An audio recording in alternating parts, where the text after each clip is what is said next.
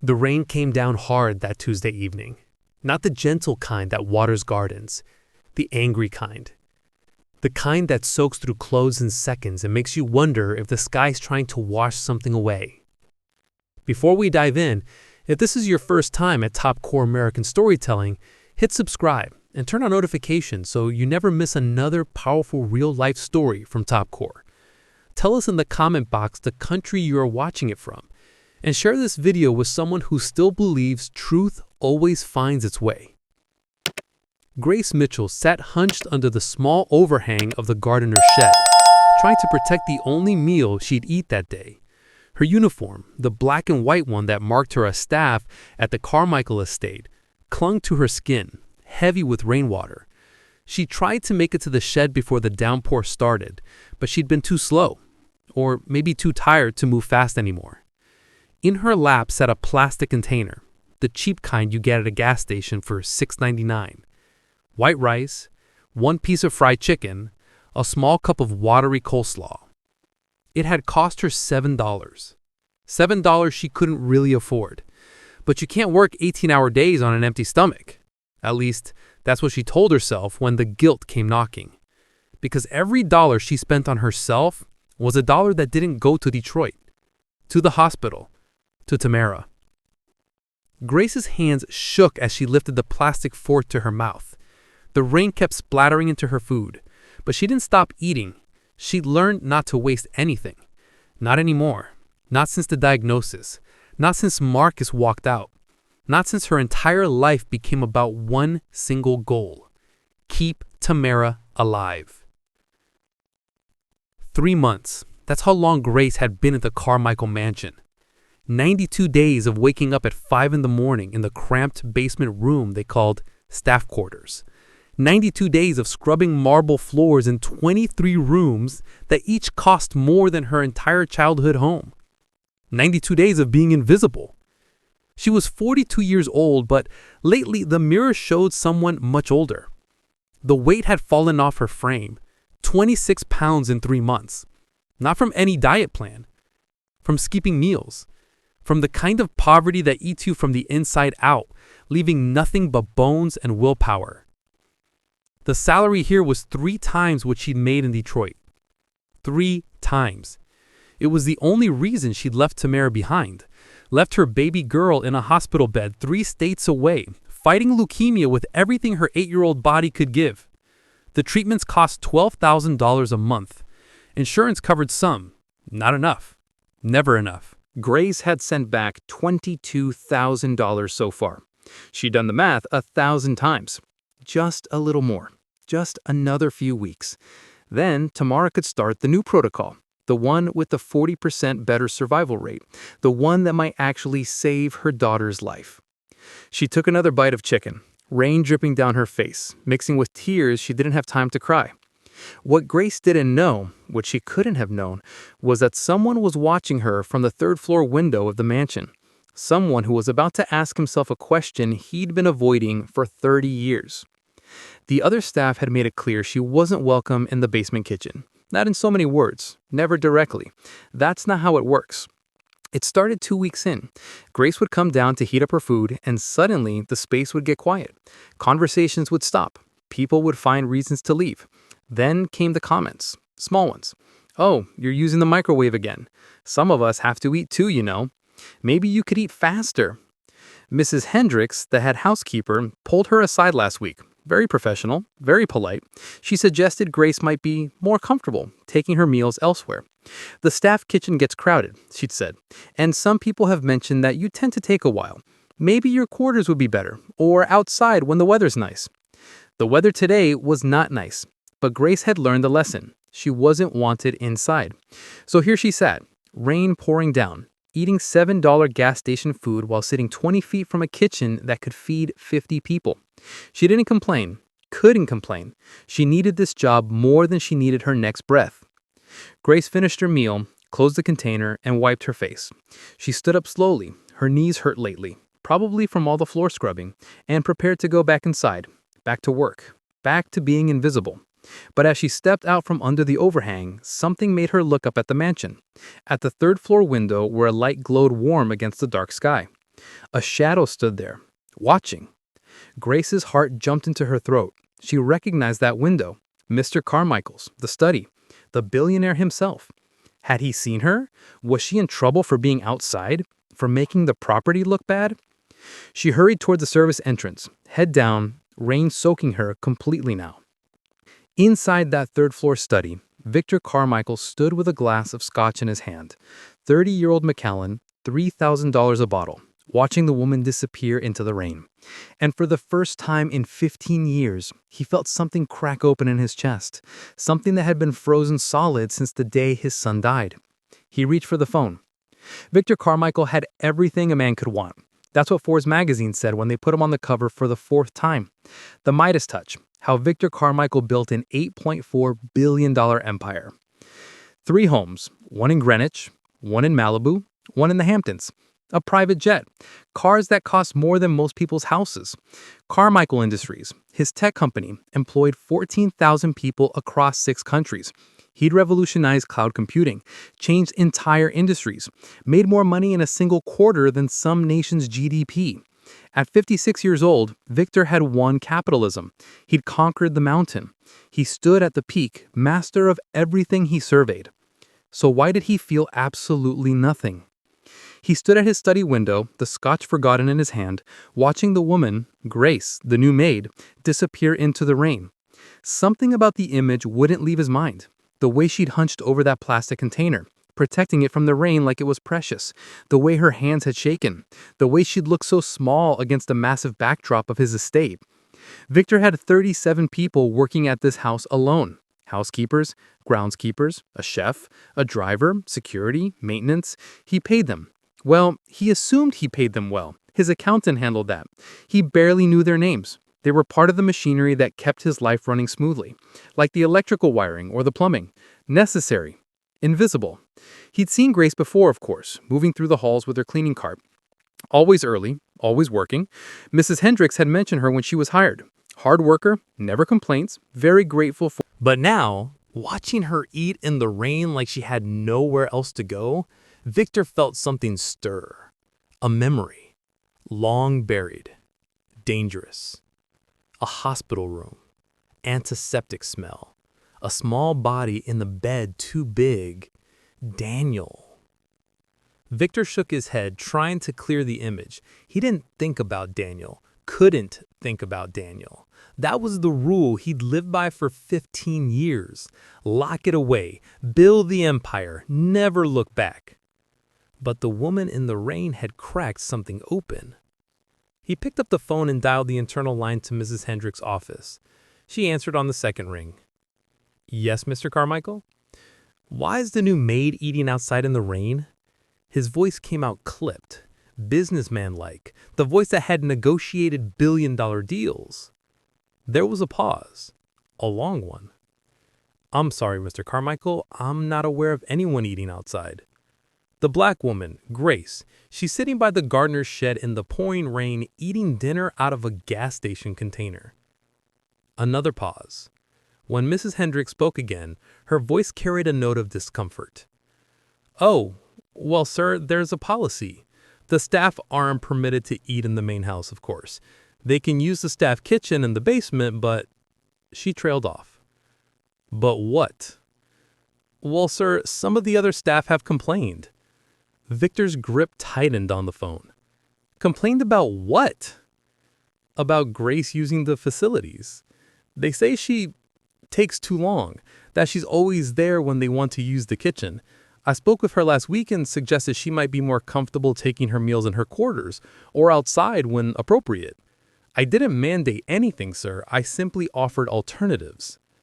Victor looked out the window. The rain was coming down harder now. It's 40 degrees and pouring rain, Mrs. Hendricks. Yes, sir. I can speak to her about coming inside if you'd like. No. The word came out sharp. Don't do anything. I'll handle it. He hung up before she could respond. Victor stood there for a long moment, staring at his reflection in the window. A successful man, a powerful man, a man who built an empire on efficiency and smart decisions. A man who let his employees make a woman eat in the rain because other staff members found her presence inconvenient. Other staff members. The phrase echoed in his mind. He knew what that meant. He'd built a company, managed thousands of employees, navigated office politics for 30 years. Grace was the only black maid on staff. He'd noticed that much at least. The realization hit him like a physical blow. In his house, on his watch, under his roof. He thought about Daniel again, about being powerless, about watching his son die because he couldn't afford the treatment that might have saved him, about building this empire so he'd never be powerless again. And somewhere along the way, he'd become the kind of man who didn't notice when people were suffering right in front of him. Victor set down the scotch. He did something he hadn't done in 15 years. Something that would have shocked his board of directors, his staff, probably himself if he'd stopped to think about it. He walked out of his study, down the main staircase, through the halls of his mansion, and headed outside into the rain. He was going to talk to Grace Mitchell, personally. And he had absolutely no idea that this decision, this one moment, would cost him his company, his reputation, and everything he'd spent 3 decades building. The rain soaked through his $800 shirt in seconds. He didn't care. Grace was trying to wring the water out of her uniform when she heard the footsteps. Fast footsteps, purposeful, coming from the direction of the main house. Her heart dropped into her stomach. Nobody came out to the gardener's shed. Nobody had any reason to be out here in the rain. Unless something was wrong, unless someone had seen her, unless she was in trouble. She turned around and froze. Victor Carmichael stood 15 feet away, rain streaming down his face, his expensive white shirt plastered to his shoulders. No umbrella, no jacket, just standing there in the downpour, looking at her with an expression she couldn't read. "Mr. Carmichael!" Grace's voice came out high and panicked. She scrambled to stand up straighter, nearly dropping her empty food container. "Sir, I'm so sorry. I'll move. I didn't mean to." "Why are you eating out here?"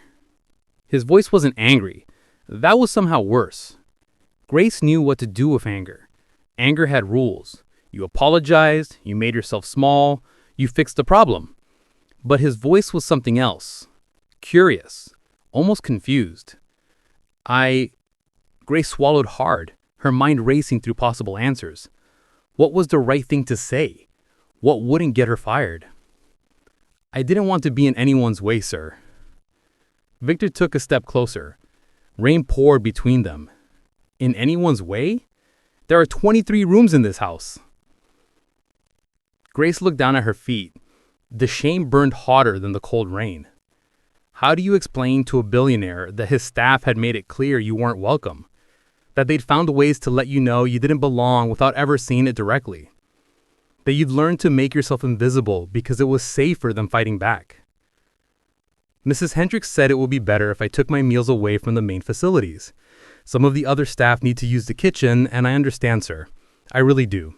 It's a big staff and space is limited and everyone has to eat. I don't want to cause any trouble." She forced herself to look up at him, to meet his eyes. "I need this job, Mr. Carmichael." The words came out small, desperate, because they were true. Grace needed this job more than she needed anything, except Tamer's next breath. Victor stood there, rain soaking him completely now, and something shifted in his face. Grace watched them process what she had said. The silence stretched out between them. Grace's mind went to dark places. This was it. She'd embarrassed him, made the property look bad, forced him to come out here in the rain. Rich people didn't like being inconvenienced. She'd be fired by morning. She thought about Tamara, about the $22,000 she'd already sent, about how close they were to the new treatment, about having to call her daughter and explain that Mommy lost a good job, that they'd have to wait longer, that... "Come with me." Grace blinked. "Sir?" "Come with me. Now." Victor turned and started walking toward the house. Not the service entrance. The main entrance. Grace stood frozen for 3 full seconds before her body caught up with her brain. She hurried after him, confusion and fear warring in her chest. Was he taking her to his office to fire her in person? Was this some kind of test? They walked through the main entrance, the one Grace had only ever used to clean. Her wet shoes squeaked on the marble floor. She was dripping everywhere, on the hand-woven rugs from Turkey, on the hardwood floors from Italy, on finishes that cost more per square foot than her monthly salary. "Mr. Carmichael, I'm soaking wet. I'm making a mess." He didn't respond, just kept walking through the house like a man on a mission. They passed the formal dining room where Grace had spent 6 hours last week cleaning a chandelier that had 437 individual crystals. She knew because she'd counted every one while standing on a ladder that made her legs shake. They passed the library with floor-to-ceiling shelves full of books that nobody read. She dusted them every Thursday. She'd started reading the titles to keep from going crazy with boredom. Some of them looked interesting. She wondered if Mr. Carmichael had read any of them. He led her down the west hallway, through a door she'd been through 100 times while cleaning. The main kitchen. Not the staff kitchen in the basement with the flickering fluorescent lights and the microwave that only worked if you hit it on the left side. The main kitchen. The one with marble countertops and commercial-grade appliances, and a refrigerator that cost more than a car. Grace had cleaned this kitchen countless times, scrubbed every surface until it gleamed, but she'd never been in it like this. Never as anything other than invisible staff. "Sit." Victor pointed to the breakfast nook that overlooked the gardens. "Mr. Carmichael, I'm soaking wet. I'll ruin the—" "Sit." Grace sat. The cushion underneath her immediately started absorbing water. She perched on the edge, trying to minimize the damage, her hands twisted in her lap. Victor moved around the kitchen with surprising efficiency. He opened the industrial-sized refrigerator and started pulling things out. Leftover roast beef from the dinner he'd barely touched earlier, fresh bread from the bakery delivery that came every morning, a container of salad, a pot of soup that he dumped into a bowl and put in the microwave. Grace watched in complete confusion as one of the richest men in America prepared a plate of food. For her. He set it down in front of her, real china, a cloth napkin, actual silverware, not plastic. The kind of place-setting Grace had only ever arranged for other people. The roast beef alone was more food than she'd eaten in the last 2 days combined. "Eat," Victor said. I stared at the food, then at him. "I don't understand." He pulled out the chair across from her and sat down. His wet shirt was leaving a puddle on the expensive hardwood floor. He didn't seem to notice or care. "Eat," he repeated. His voice was gentler this time. "Please." So Grace picked up the fork. Her hand was shaking. She cut a small piece of roast beef and put it in her mouth. It was the most delicious thing she'd ever tasted. Or maybe I was just that hungry. I couldn't tell anymore. Victor sat across from her in silence, watching me eat. Not in a creepy way. In a way that made me feel like I was actually visible. Like I was a person, not a piece of furniture. After I'd taken a few bites, he spoke. "Tell me about yourself, Grace. Why are you here?" And that's when everything changed. The silence stretched out between them. Grace's mind went to dark places. This was it. She'd embarrassed him, made the property look bad, forced him to come out here in the rain. Rich people didn't like being inconvenienced. She'd be fired by morning. She thought about Tamara, about the $22,000 she'd already sent, about how close they were to the new treatment, about having to call her daughter and explain that mommy lost the good job, that they'd have to wait longer, that... "Come with me." Grace blinked. "Sir? Come with me. Now."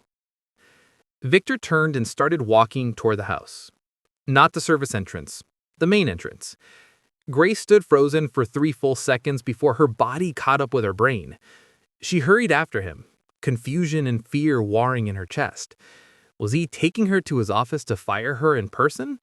Was this some kind of test? They walked through the main entrance, the one Grace had only ever used to clean. Her wet shoes squeaked on the marble floor. She was dripping everywhere. On the hand-woven rugs from Turkey, on the hardwood floors from Italy, on finishes that cost more per square foot than her monthly salary. Mr. Carmichael, I'm soaking wet. I'm making a mess. He didn't respond, just kept walking through the house like a man on a mission. They passed the formal dining room, where Grace had spent 6 hours last week cleaning a chandelier that had 437 individual crystals. She knew because she'd counted every one while standing on a ladder that made her legs shake. They passed the library with floor-to-ceiling shelves full of books that nobody read. Grace dusted them every Thursday. She'd started reading the titles to keep from going crazy with boredom. Some of them looked interesting. She wondered if Mr. Carmichael had read any of them. He led her down the west hallway through a door she'd been through 100 times while cleaning. The main kitchen. Not the staff kitchen in the basement with the flickering fluorescent lights and the microwave that only worked if you hit it on the left side. The main kitchen. The one with marble countertops and commercial-grade appliances and a refrigerator that costs more than a car. Grace had cleaned this kitchen countless times, scrubbed every surface until it gleamed, but she'd never been in it like this. Never as anything other than invisible staff. Sit, Victor pointed to the breakfast nook that overlooked the gardens. Mr. Carmichael, I'm soaking wet. I'll ruin the... Sit. Grace sat. The cushion underneath her immediately started absorbing water. She perched on the edge, trying to minimize the damage. Her hands twisted in her lap. Victor moved around the kitchen with surprising efficiency. He opened the industrial-sized refrigerator and started pulling things out. Leftover roast beef from the dinner he'd barely touched earlier, fresh bread from the bakery delivery that came every morning, a container of salad, a pot of soup that he dumped into a bowl and put in the microwave. Grace watched in complete confusion as one of the richest men in America prepared a plate of food. For her. He set it down in front of her. Real china, a cloth napkin, actual silverware, not plastic. The kind of place setting Grace had only ever arranged for other people. The roast beef alone was more food she'd eaten in the last 2 days combined. Eat, Victor said. Grace stared at the food. Then at him. I don't understand. He pulled out the chair across from her and sat down. His wet shirt was leaving a puddle on the expensive hardwood floor. He didn't seem to notice or care. Eat, he repeated. His voice was gentler this time. Please. So Grace picked up the fork. Her hand was shaking. She cut a small piece of roast beef and put it in her mouth. It was the most delicious thing she'd ever tasted, or maybe she was just that hungry. She couldn't tell anymore. Victor sat across from her in silence, watching her eat. Not in a creepy way, in a way that made Grace feel like she was actually visible, like she was a person, not a piece of furniture. After she'd taken a few bites, he spoke. Tell me about yourself, Grace. Why are you here? And that's when everything changed. A friend told me about this position, about how the salary was 3 times what I was making in Detroit. I thought if I could just work hard enough, if I could just save enough, if I didn't spend anything on myself, if I sent every penny back. I did the math 1,000 times. 3 months of work, and I'd have $22,000 saved. 6 months, and I'd have enough for the down payment on the new treatment. 6 months. She picked up her fork again, stared at the food. I've been here 3 months. I've sent back $22,000. I'm so close, Mr. Carmichael, so close to giving my baby a real chance at life. That's why I'm here. That's why I eat cheap food. That's why I don't complain when people make it clear they don't want me around. That's why I need this job. Grace took a shaky breath. I haven't seen Tamar in person since I came here. I can't afford the trip, and I can't take time off. But we video chat every night at 9 o'clock. That's in 20 minutes, actually. She'll want to tell me about her day, about the nurses she likes, about the books the volunteers read to her. She'll smile and tell me she's fine, even though I can see she's getting weaker. A sob caught in Grace's throat. She's getting weaker, and I'm not there. I'm 3 states away, scrubbing floors in a mansion, and my baby's dying. And I just need a little more time. Just a little more time to save her. The kitchen fell silent, except for the sound of rain against the windows. Grace waited for the awkwardness, for the polite sympathy, for Victor to excuse himself and leave her alone with her food and her grief. Instead, he stood up abruptly and walked to the window. His back was rigid, his shoulders tight. He stood there for a long moment, staring out at the rain-soaked gardens. When he finally spoke, his voice was rough, raw, like the words were being dragged out of him. My son's name was Daniel. Grace's head snapped up. Was. Past tense. He died when he was 9 years old. Brain tumor. My hand pressed against the window glass. I was just starting Carmichael Industries back then, working 100-hour weeks, convinced I was on the verge of something big. We were poor. Not poverty-level poor, but paycheck-to-paycheck poor. The kind of poor where a medical emergency destroys everything. His voice got quieter. There was an experimental treatment, a new protocol that has shown promising results. 70% survival rate. 70%. But it cost $180,000. Our insurance wouldn't cover it. I tried everything. Loans, credit cards, begging. Nobody would help. Nobody cared that my son was dying. Grace's hand went to her mouth. Daniel died in a county hospital that smelled like bleach and despair. He died while I held his hand and promised him everything would be okay. He died knowing I'd failed him. Victor turned around. His eyes were wet. 6 months later, my company's first product launched. 6 months. The money started coming in. Within a year, I was a millionaire. Within 5 years, a billionaire. But it was too late. Too late for Daniel. Too late for my marriage. Too late for everything that mattered. He walked back to the table and sat down. I swore I'd never be powerless again. Never be poor again. I built an empire on that promise. And somewhere along the way, I became the kind of man who doesn't notice when a woman is eating in the rain outside his house because the staff has decided she doesn't belong. Victor looked directly at Grace. Your daughter, what hospital is she in? Detroit Children's Hospital, sir. And the treatment protocol, what's it called? Grace told him. Victor pulled out his phone and made a note. Then he said something that stopped Grace's heart. You'll have tomorrow off. Paid. I'll have Miss Hendricks arrange a car to take you to the airport. First-class ticket to Detroit. You'll see your daughter, and while you're there, you'll speak to the oncology department head and tell them to begin the new protocol immediately. All expenses will be handled. Grace couldn't breathe. Mr. Carmichael, I can't. That's over $100,000. I have more money than I could spend in 10 lifetimes, Grace. And you have a daughter who deserves to live. The math seems pretty simple to me. Grace stood up so fast her chair scraped against the kitchen floor. Mr. Carmichael, I can't accept that. I can't. That's more money than I'll make in 5 years, 10 years. Sit down, Grace. Sir, you don't understand what you're offering. I understand perfectly. Sit down, please. Grace sat, but her whole body was shaking now. Not from the cold, not from the wet clothes, from the absolute impossibility of what she just heard. Over $100,000, just like that, from a man she'd never had a real conversation with until 20 minutes ago. It didn't make sense. People didn't do things like this. There had to be a catch. There was always a catch. Why? The word came out as barely a whisper. Why would you do this? Victor leaned back in his chair. For the first time since she'd met him, he looked tired. Not physically tired, soul tired. The kind of exhausted that comes from carrying something heavy for too long. Because I can, he said simply. Because I have $8.4 billion and I can't take it with me when I die. Because your daughter deserves the same chance my son never got.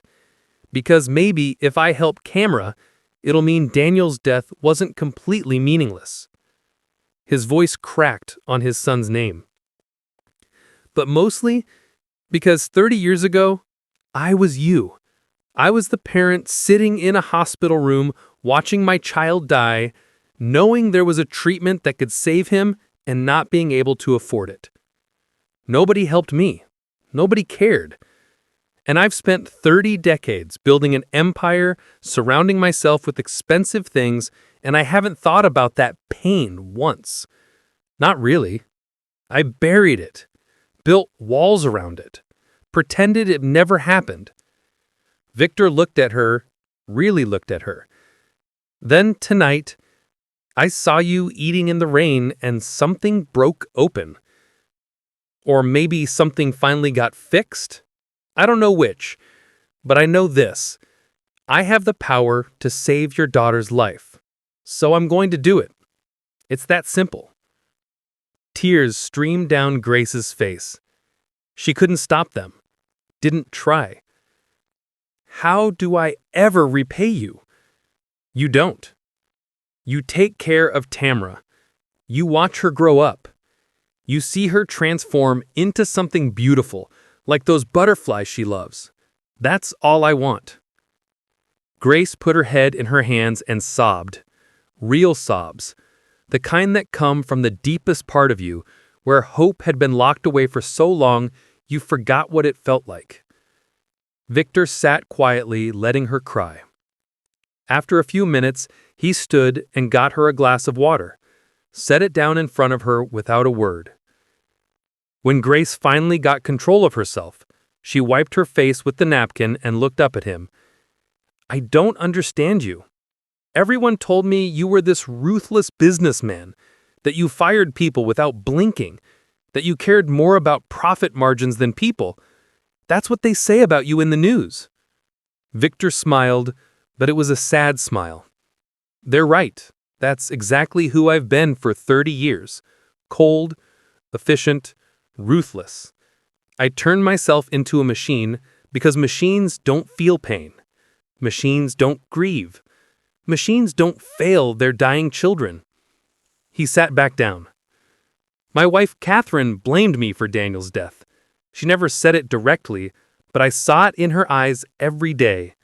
I was too focused on the business, too sure that success was right around the corner, too convinced that if I just worked a little harder, pushed a little more, we'd make it. And while I was chasing that success, our son was dying. His hands clenched into fists on the table. She left me 6 months after the funeral, didn't ask for anything in the divorce, didn't want my money. She said the money was cursed, that it was bought with Daniel's life. Grace reached across the table without thinking and put her hand on his. Victor looked down at her hand, small, worn, scarred from years of hard work, covering his. It wasn't your fault, Grace said quietly. You were doing what you thought was right, trying to provide for your family. That's what parents do. We do whatever it takes. You couldn't have known. Couldn't I? Victor's voice was bitter. The doctors told us 8 months before he died. 8 months. I had time, but I kept thinking the business would turn around. Kept thinking I'd figure out a way to get the money. Kept working instead of spending time with my son. And then he was gone, and all the money in the world couldn't bring him back. He looked at Grace.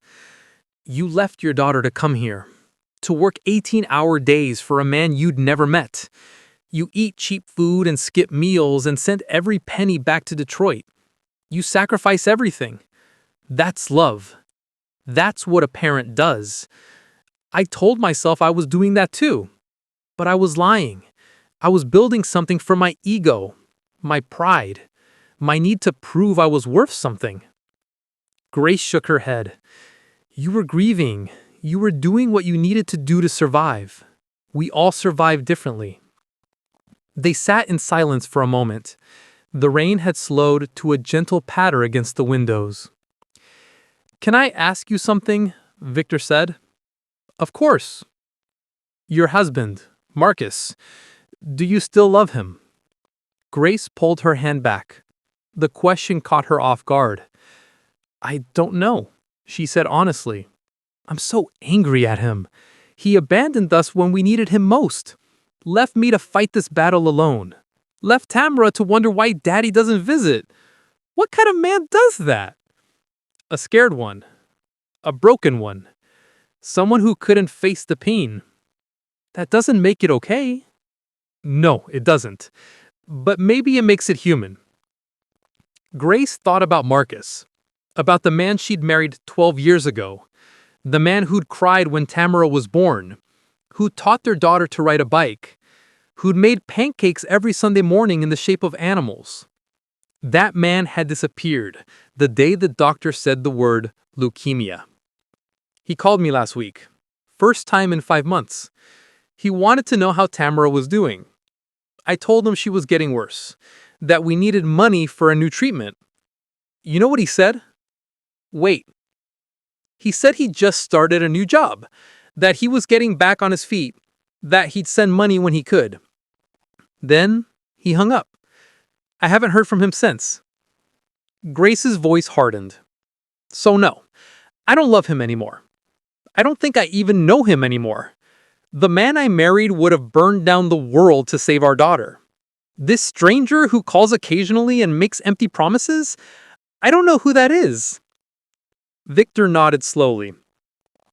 After Catherine left, I convinced myself I didn't need anyone, that relationships were liabilities, weaknesses. For 15 years, I haven't let anyone close. I work, I make money, I exist. But I don't live. Not really. He stood up and walked to the window again. Grace, I want to ask you something, and I need you to really think about it before you answer. Okay. He turned to face her. When you come back from Detroit, after you've seen Tamara start her treatment, I don't want you working as a maid anymore. Grace's heart dropped. Here it was, the catch. He was firing her after all. Sir, please, I know I've taken advantage of your generosity, but... Victor held up his hand. Let me finish. I'm starting a foundation. The Daniel Carmichael Foundation. It's going to help families dealing with childhood illness. Not just medical expenses. Everything. Travel, housing, food, loss of income, counseling. Everything that insurance doesn't cover. All the things that destroy families when their kids get sick. He walked back to the table. Grace, I need someone to run it. Someone who understands what these families are going through. Someone who's lived it. Someone with compassion and strength and first-hand knowledge of how the system fails people. Someone who can look a desperate parent in the eye and say, I know exactly what you're feeling, and mean it. Grace stared at him. The salary is $120,000 a year, plus full benefits. Health insurance that will cover Tamara's treatments for as long as she needs them. You'll have an office, a staff, and the starting budget of $50 million. I've already spoken to my lawyers. We'll file the paperwork this week. Mr. Carmichael, I'm a housekeeper. I don't have a college degree. I don't have experience running anything, let alone a foundation with $50 million. You have the only qualification that matters. You're a mother who moved heaven and earth for her child. You know what it's like to be powerless, to be desperate, to be invisible. That's worth more than any degree. Grace opened her mouth, closed it, opened it again. I need to think about it, she managed. Of course. Go to Detroit tomorrow, see Tamara, watch them start her treatment. Then we'll talk. Victor pulled a business card from his wallet and wrote something on the back. This is my personal cell phone. Call me if you need anything. Anything at all. The car will pick you up at 6 a.m. Your flight leaves at 8. He set the card on the table and stood. Finish your food. Take your time. And Grace. She looked up at him. Welcome to the main kitchen. You're welcome here anytime. In fact, I'm going to make sure everyone on staff knows that as of tomorrow, things are changing around here. A lot of things. Victor walked toward the door, then paused. Mrs. Hendricks and I are going to have a conversation tonight. About policies, about culture, about who's really welcome in this house. Some people might not be working here by morning. Grace didn't sleep that night. She lay in her small basement room, the one with no windows and a ceiling that dripped when it rained, staring at the ceiling and wondering if the last 2 hours had actually happened. Over and over, she replayed the conversation. Mr. Carmichael standing in the rain, the food he'd prepared for her, his story about Daniel, the offer to pay for Tamara's treatment, the foundation, the job. It felt like a dream. The kind of dream you have when you're desperate, where impossible things happen and you wake up devastated by reality. But the business card on her nightstand was real. She checked it 17 times. At 5:30 a.m., Grace gave up on sleep and got dressed. Not in her uniform, in the only nice clothes she owned. A simple black dress she'd bought at Goodwill for Tamara's school concert 2 years ago. It was outdated and didn't fit quite right anymore, but it was all she had. At exactly 6 a.m., there was a knock at her door. A man in a suit stood there, professional, polite. "Miss Mitchell? I'm James. I'll be driving you to the airport this morning. Mr. Carmichael asked me to give you this." He handed her an envelope. Inside was a first-class ticket to Detroit and $500 in cash. "Mr. Carmichael thought you might need some spending money while you're visiting your daughter. The car is ready whenever you are." Grace stared at the cash. $500, more than she'd spent on herself in 6 months. The drive to the airport took 40 minutes. James made polite conversation, asking about Tamara, telling James about his own kids. He was kind, treated her like a person, not staff. Mr. Carmichael also wanted you to know that a car will meet you in Detroit and take you directly to the hospital. All arrangements have been made. You don't need to worry about anything except seeing your daughter. Grace tried to thank him, but her voice wouldn't work. She just nodded. First class was another world. Warm towels, real food, seats that reclined into beds. The flight attendant kept calling her Miss Mitchell and asking if she needed anything. Grace kept waiting for someone to realize there'd been a mistake, that she didn't belong here, that women like her didn't fly first class. But nobody said anything. Nobody looked at her like she was out of place. She landed in Detroit at 2 p.m. Just like James promised, a driver was waiting with a sign that said Mitchell.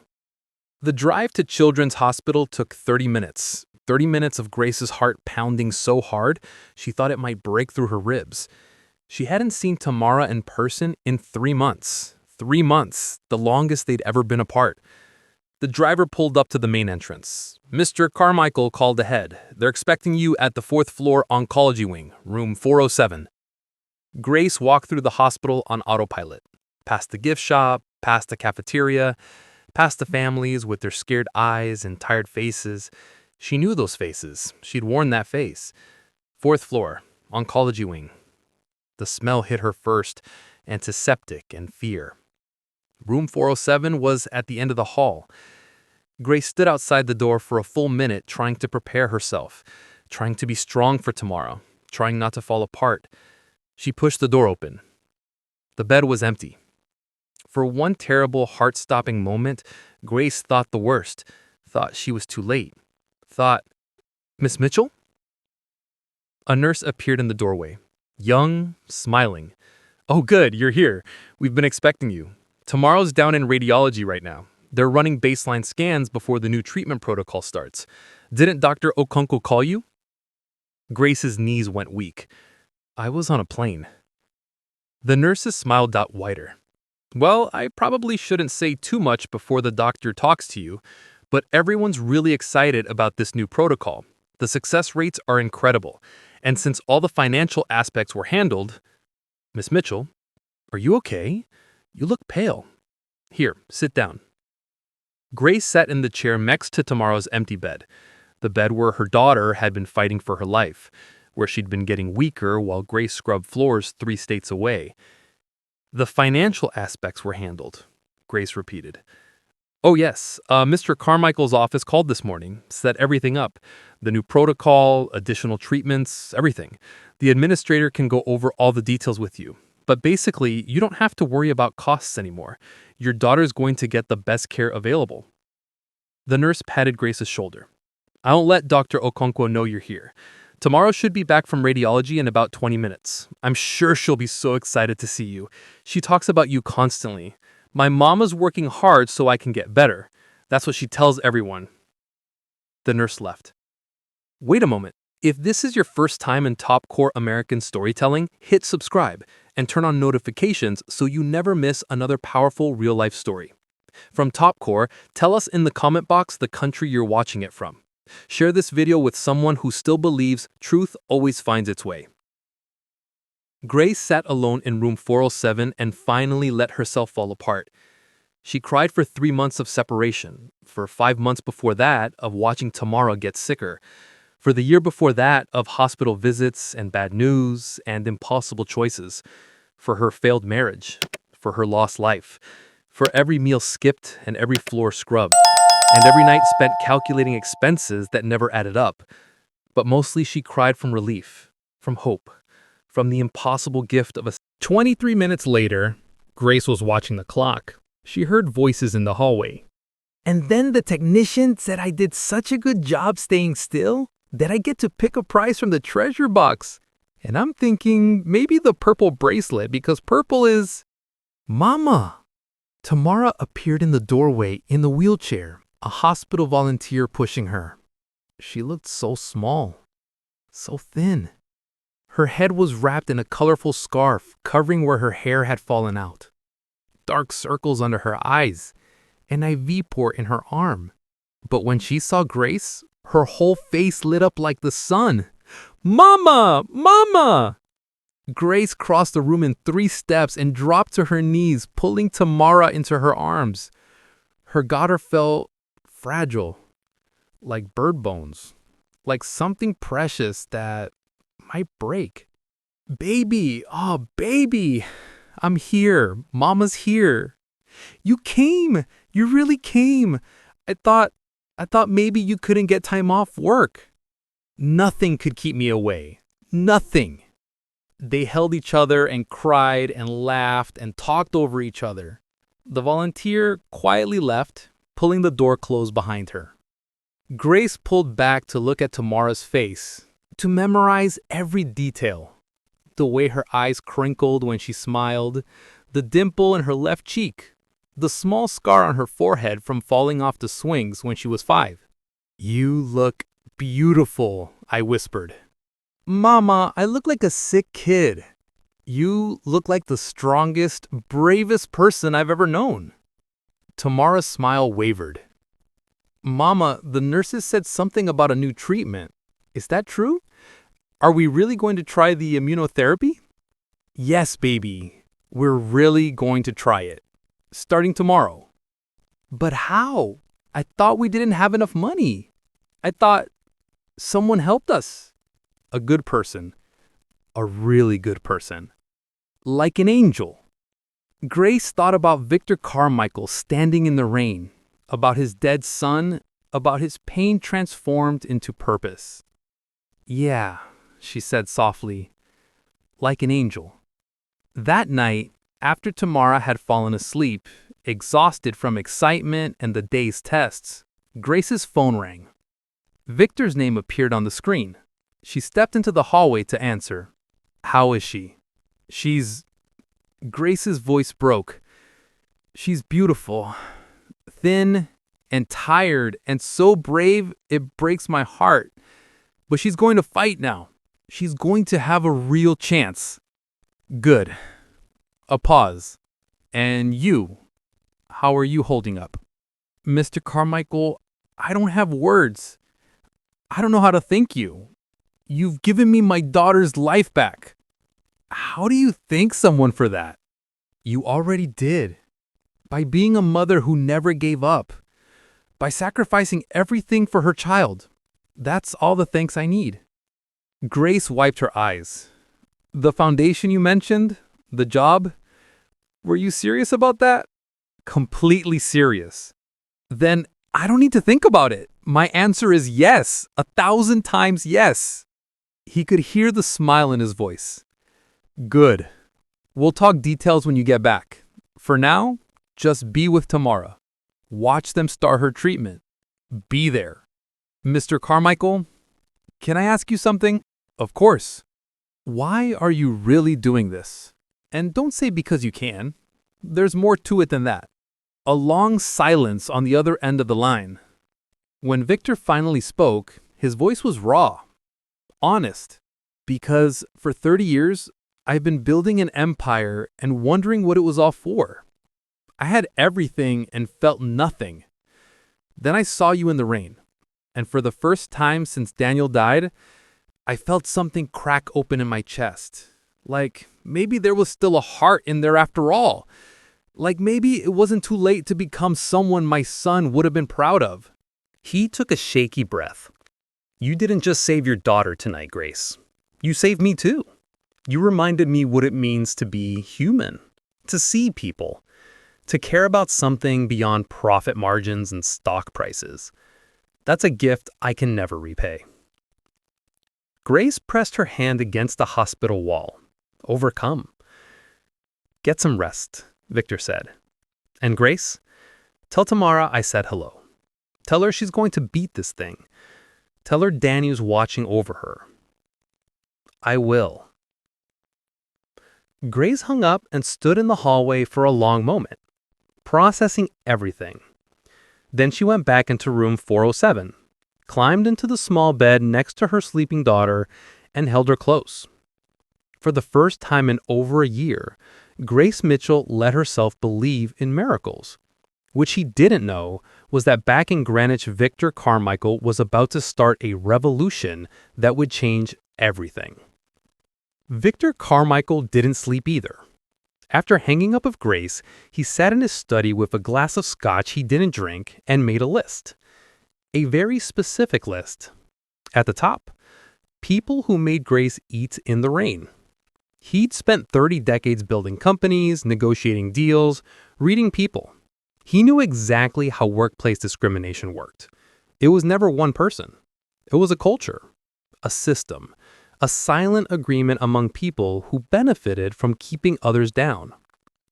Miss Hendricks had been careful on the phone. She'd use phrases like "some staff have complained" and suggested alternatives. Passive voice. No names, no specifics. The language of someone protecting herself and others. But Victor had 37 employees at this estate. He paid them well, or thought he did. They had jobs people would kill for. Working for a billionaire came with prestige, security, and somehow they'd created an environment where a woman ate in the rain rather than face them. That ended tomorrow. At 6 a.m., Victor called Mrs. Hendricks' personal cell phone. She answered on the third ring, voice groggy. Mr. Carmichael, is something wrong?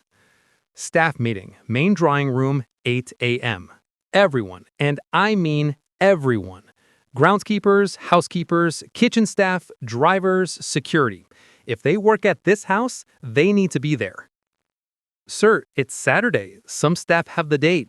Pay them overtime, double time. I don't care. Everyone will be there at 8 a.m. No exceptions. He hung up before she could respond. At 7:45 a.m., Victor walked into the main drawing room. The space was designed to impress. Cathedral ceilings, original artwork, furniture that cost more than cars. He'd hosted senators here, business moguls, people who shaped the world. He'd never held a staff meeting here. Staff meetings happened in the basement conference room, a small, windowless space that made it clear where the help belonged. Not today. By 7:59, all 37 employees had gathered. They stood in clusters, whispering nervously. Nobody sat on the expensive furniture.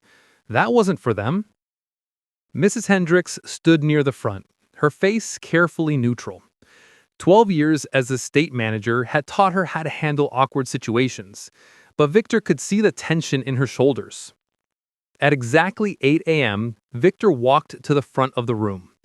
The whispers stopped. "Thank you all for coming," he began. His voice was calm, businesslike, the same voice he'd used to fire CEOs and shut down underperforming divisions.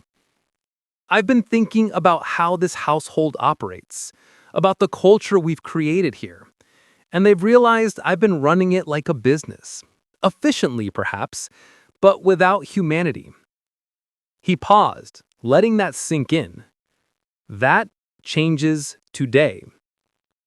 Victor pulled out a folder. Inside were new policy documents his lawyers had drafted overnight. Rush job.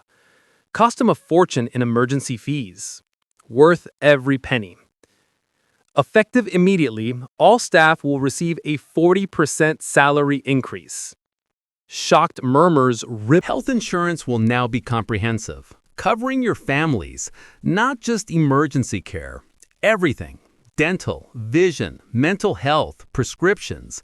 If you or your family members need medical care, it's covered. The murmurs got louder.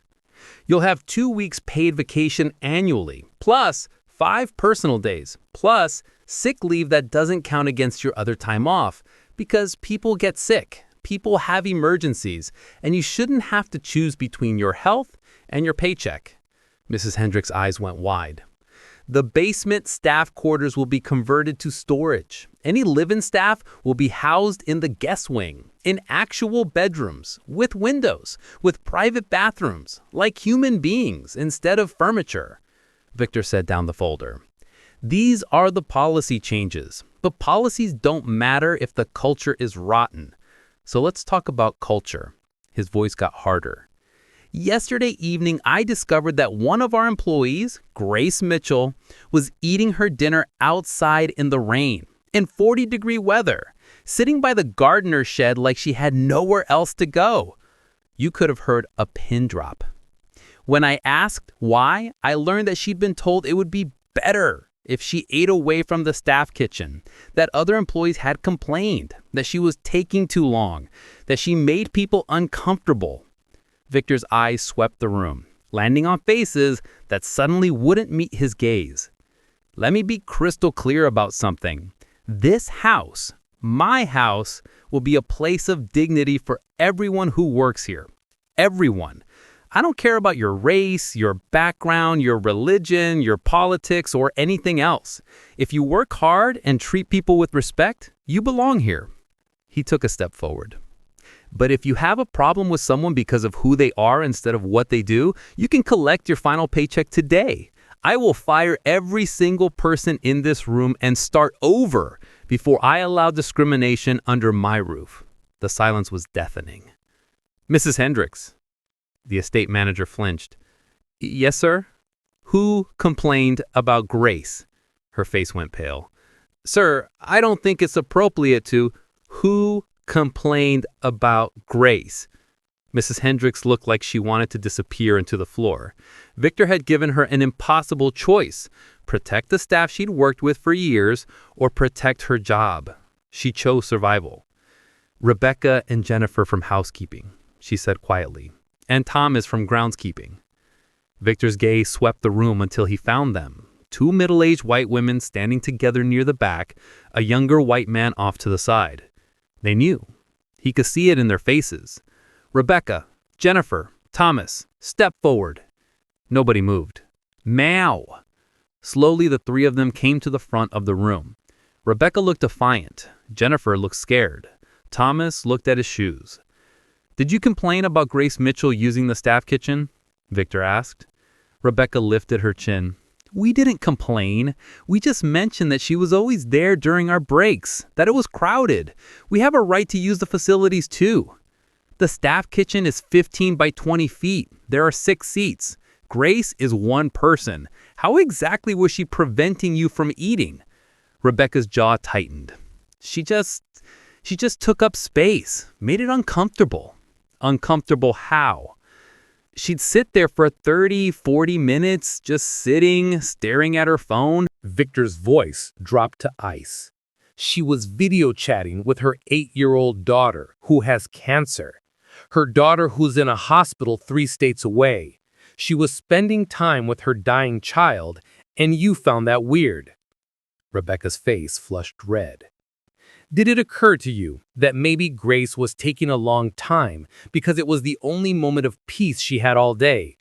That maybe she was sitting in that kitchen because it was the only place she could talk to her daughter without being disturbed? We didn't know about her daughter, Jennifer spoke up. We just thought. You didn't think, Victor cut her off. You didn't bother to ask. You didn't try to understand. You just decided she didn't belong and made her life miserable until she left. He turned to address the whole room. This is what discrimination looks like in real life. It's not burning crosses or shouting slurs. It's small cruelties, uncomfortable silences, making someone feel unwelcomed until they remove themselves. It's death by 1,000 cuts. Victor looked back at the three employees. "You're fired, all three of you." Jennifer gasped. "Mr. Carmichael, please, I need this job. I have bills." "Grace has bills too.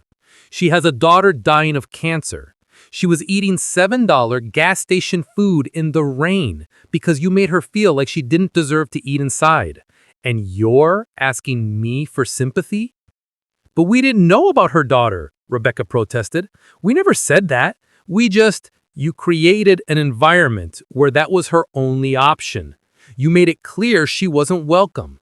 That's enough." Victor turned to Mrs. Hendricks. "Severance packages. 2 weeks. HR will process the paperwork today. They have 1 hour to collect their belongings and leave the property." The three of them stood frozen in shock. 1 hour, Victor repeated. "Starting now." Rebecca found her voice. "This is unfair. You're ruining our lives over nothing. Over sensitivity. Over human dignity," Victor said. "Over basic respect. Over the radical idea that everyone deserves dignity. Yes, that's exactly what I'm doing." Rebecca's face twisted with anger.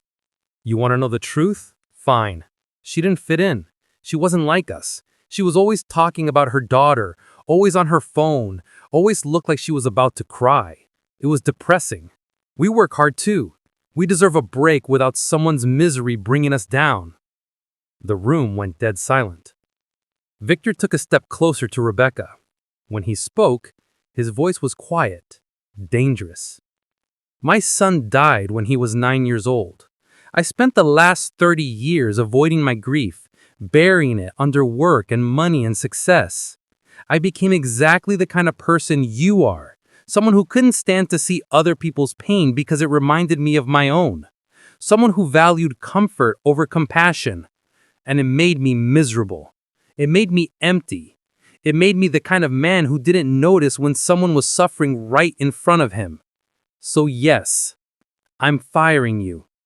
Not just for what you did to Grace, but for what you represent, for the culture of cruelty disguised as efficiency." Rebecca opened her mouth to respond, but Victor held up his hand. "You have 58 minutes left. I suggest you use them." The three of them left the room. Rebecca held her head high, defiant to the end. Jennifer was crying. Thomas still hadn't looked up from his shoes.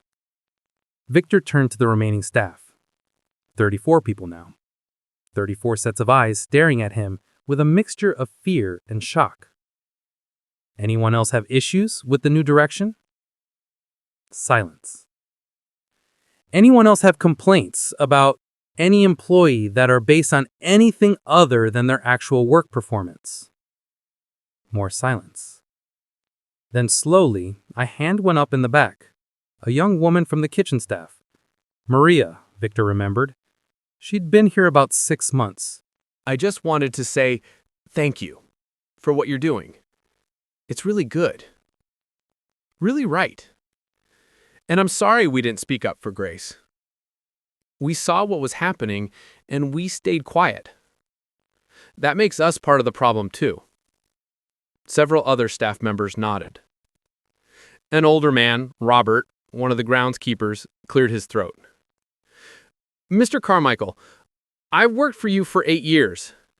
This is the first time you've ever talked to us like we're people instead of employees.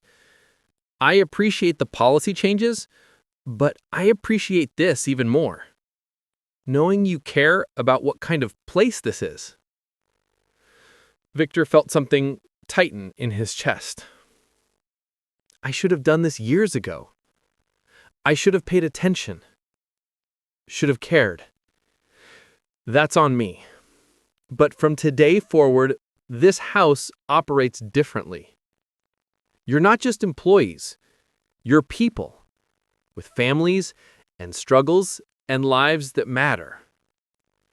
He picked up the folder again. These new policies go into effect Monday. HR will meet with each of you individually to answer questions. If you have concerns, speak up. If you see discrimination, report it. If you need help, ask. Victor paused. Grace will be back from Detroit on Monday. When she returns, she'll no longer be working as a housekeeper.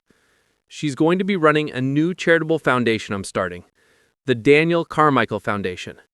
It will help families dealing with childhood illness. Surprised murmurs again. I'm telling you this because I want you to understand something. Grace didn't get that position because I felt sorry for her. She got it because she has more courage, compassion, and strength than anyone I've ever met. She's exactly the kind of person who should be helping others. He looked around the room. You're all dismissed. Except you, Mrs. Hendricks. We need to talk. The staff filed out slowly. Some looked relieved, some looked thoughtful, a few looked worried. When the room was empty, except for the two of them, Mrs. Hendricks spoke. Mr. Carmichael, I want to apologize. I should have handled this situation with Grace differently. You should have fired Rebecca and Jennifer the first time they complained. You should have recognized what was happening and stopped it. Instead, you enabled it. Mrs. Hendricks' face crumpled. I know. You're right. I'll submit my resignation today. I don't want your resignation. She looked up, surprised. I want you to do better. You've been here 12 years. You run this household efficiently, but efficiency isn't enough anymore. I need you to run it with humanity, with awareness, with zero tolerance for the kind of behavior we saw with Grace. He crossed his arms.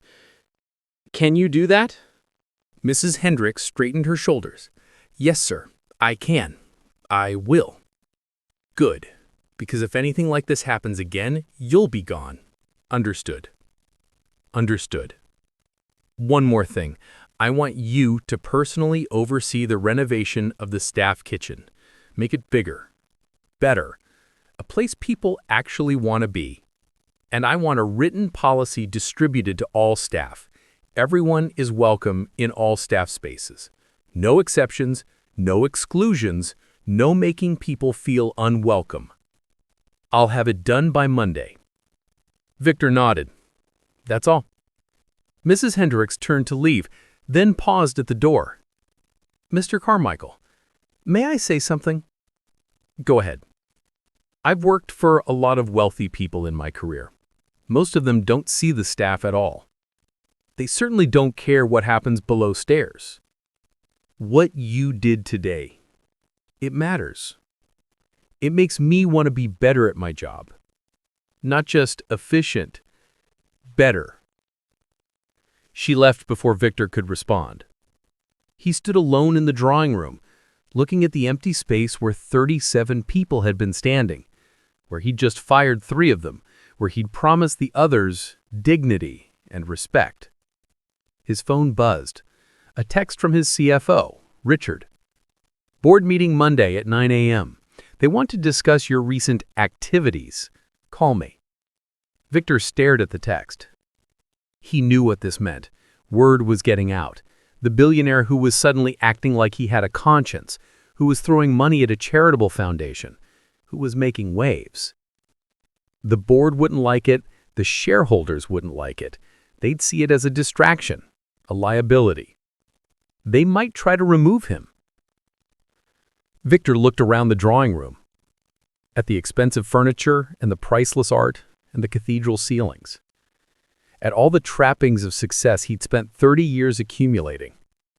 Then he thought about Grace's face when he told her tomorrow's treatment would be covered, about the crack in his chest that had felt like ice melting, about Daniel, who would have been 39 years old now if he'd lived. Let them try. Grace woke up Sunday morning in the hospital bed next to Tamara, her daughter's small body curled against her side. For a moment, just one perfect moment, she forgot where they were, forgot about cancer and treatments and impossible odds. It was just her and Tamara, like 1,000 other mornings when her daughter would crawl into bed and they'd talk about dreams and plans and what to make for breakfast. Then a nurse knocked softly on the door. and reality came flooding back. "Good morning, Miss Mitchell. Dr. Okongwo will be here in about 30 minutes to go over the treatment protocol. I brought breakfast for both of you." The nurse set down 2 trays. Real food from the hospital cafeteria. Scrambled eggs, toast, fruit, orange juice. Not gourmet, but warm and plentiful.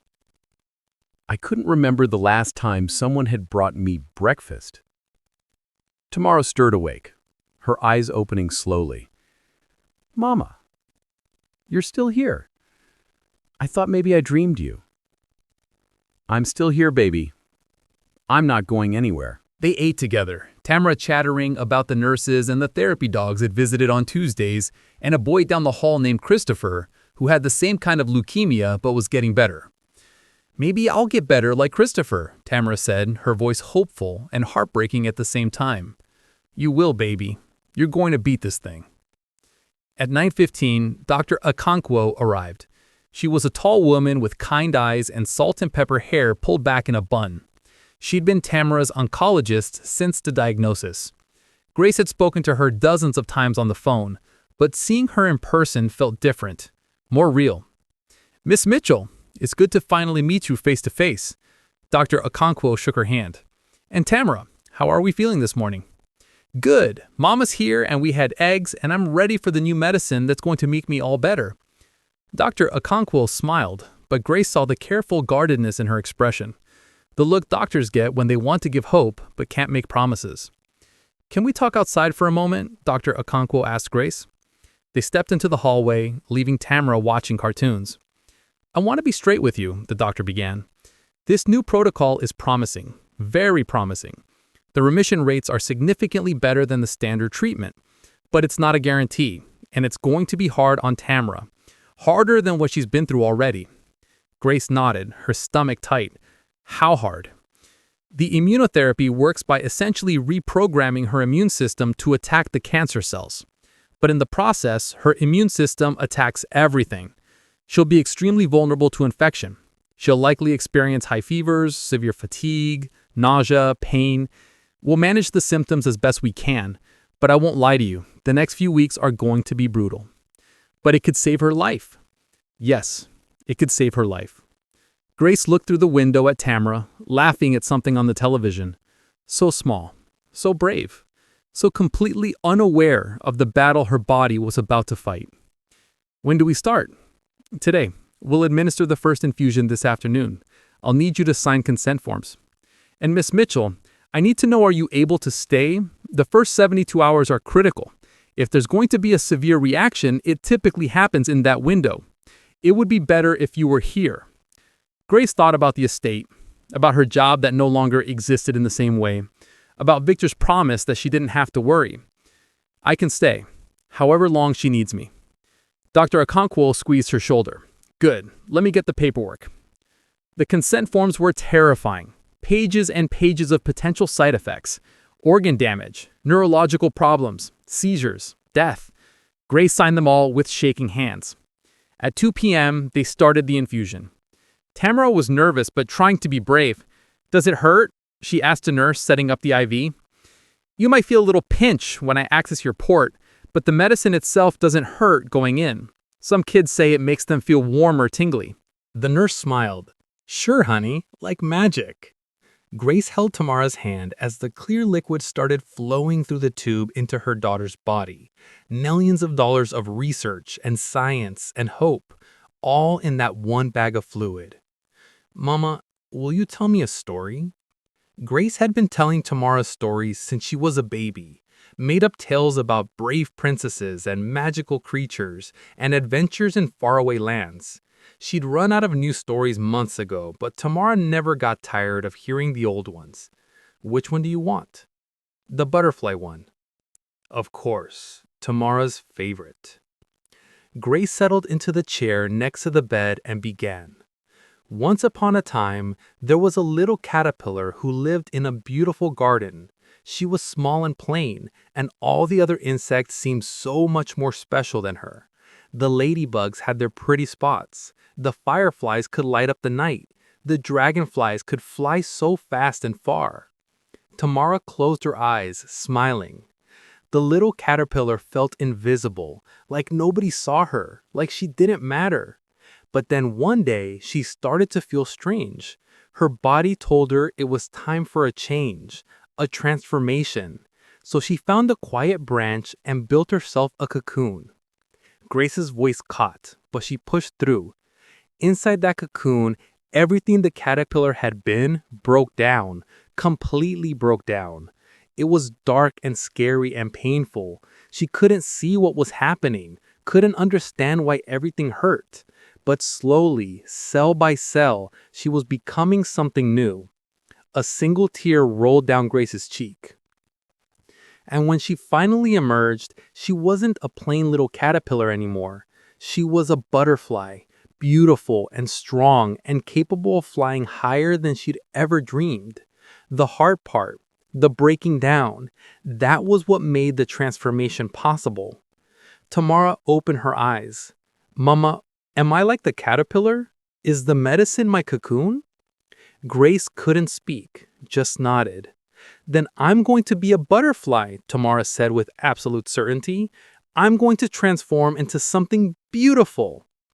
The first hour passed without incident. Tamara watched movies and dozed off and on. Grace never left her side. Hour 2, Tamara started feeling warm, flushed. The nurse checked her temperature, 99.8. Elevated, but not dangerous. Hour 3, the fever climbed to 101.3. Tamara's hands started shaking. Mama, I don't feel good. I know, baby. I know. The medicine is working. Your body's fighting. By hour 4, Tamara was at 102.9 and vomiting into a basin. Grace held her hair back, what little hair she had left, and whispered encouragement. You're so brave, so strong. Just let it out, baby. I've got you. Dr. Okonkwo came in to check on her. This is normal, expected. We'll give her something for the nausea and monitor the fever. If it goes above 103.5, we'll start cooling measures. Normal, expected. The words doctors used when a child was suffering and there was nothing to do but endure. That night was the longest of Grace's life. Tamara's fever peaked at 103.2 at midnight. She was delirious, crying, calling for her daddy who wasn't there. Grace climbed into the bed and held her, singing every lullaby she could remember. The nursing staff came in every hour to check vitals, to give medications, to adjust IV drips. Grace learned to sleep in 10-minute increments between interruptions. At 3 a.m., Tamara finally fell into a deeper sleep. The fever had broke. Grace's phone buzzed. A text from Victor. How is she? Grace hadn't expected him to be awake, to be thinking about them at 3 in the morning. She typed back with trembling fingers. First treatment done. It was hard, really hard, but she's resting now. The response came immediately. You're both stronger than you know. Get some rest. I'll call tomorrow. Grace stared at those words. You're both stronger than you know. When was the last time someone had told her she was strong? Usually people told her they'd pray for her, that they couldn't imagine what she was going through, that they admired her strength from a distance. But Victor didn't admire from a distance. He'd stepped into the rain, literally and figuratively. Grace set down her phone and looked at Tamara sleeping. Her daughter's face was peaceful now, the pain lines smoothed away by exhaustion and medication. We're going to make it through this, Grace whispered. You and me, baby. We're going to transform. Outside the window, the Detroit sky was starting to lighten. Sunday morning becoming Monday. A new week, a new treatment, a new chance. Grace closed her eyes and let herself believe in butterflies. 300 miles away in Greenwich, Connecticut, Victor Carmichael was preparing for war. Because at 9 a.m. Monday morning, his board of directors was going to try to take away everything he'd built. And he was going to let them. Monday morning arrived with crystalline clarity. Grace woke in the hospital chair, her back screaming from another night of sleeping at odd angles, to find Tamara awake and watching her. You snore, Mama. Grace laughed, actually laughed. I do not. Do too, like this. Tamara made an exaggerated snoring sound that sent them both into giggles. It was the most normal moment they'd had in months. Dr. Okonkwo's morning rounds brought cautiously good news. Tomorrow's blood work showed the treatment was being absorbed well. Her body was responding. Too early to call it success, but early enough to call it hope. She can go home in a few days if the fever stays down, the doctor said. She'll need to come back 3 times a week for the next 6 weeks, but she doesn't have to stay admitted. Home. The word hit Grace's heart. She didn't have a home in Detroit anymore. She'd given up her apartment when she moved to Greenwich. Her sister's place was an option, but it was small, crowded. Not ideal for a child with a compromised immune system. I'll figure something out, Grace said. Dr. Okonkwo gave her a knowing look. The social worker mentioned that accommodations have been arranged. Something about the foundation covering housing near the hospital? Grace blinked. But you could lose everything. I could lose a job. I can't lose everything because I already have everything that matters. A purpose, a second chance to do something meaningful. You gave me that. Grace pressed her hand to her mouth. What are you going to do? I'm going to walk into that boardroom and tell them the truth. That I'm starting the foundation. That I'm committed to it fully. That if they can't support that vision, then maybe I'm not the right CEO anymore. Victor. It was the first time she'd used his first name. Don't throw away your life's work. Please. We can find another way. My life's work died with my son, Victor said quietly. Everything since then has just been noise, distraction, building monuments to fill the emptiness. But you know what I realized this weekend? I'm tired of being empty. I'm tired of having everything and feeling nothing. There was a pause.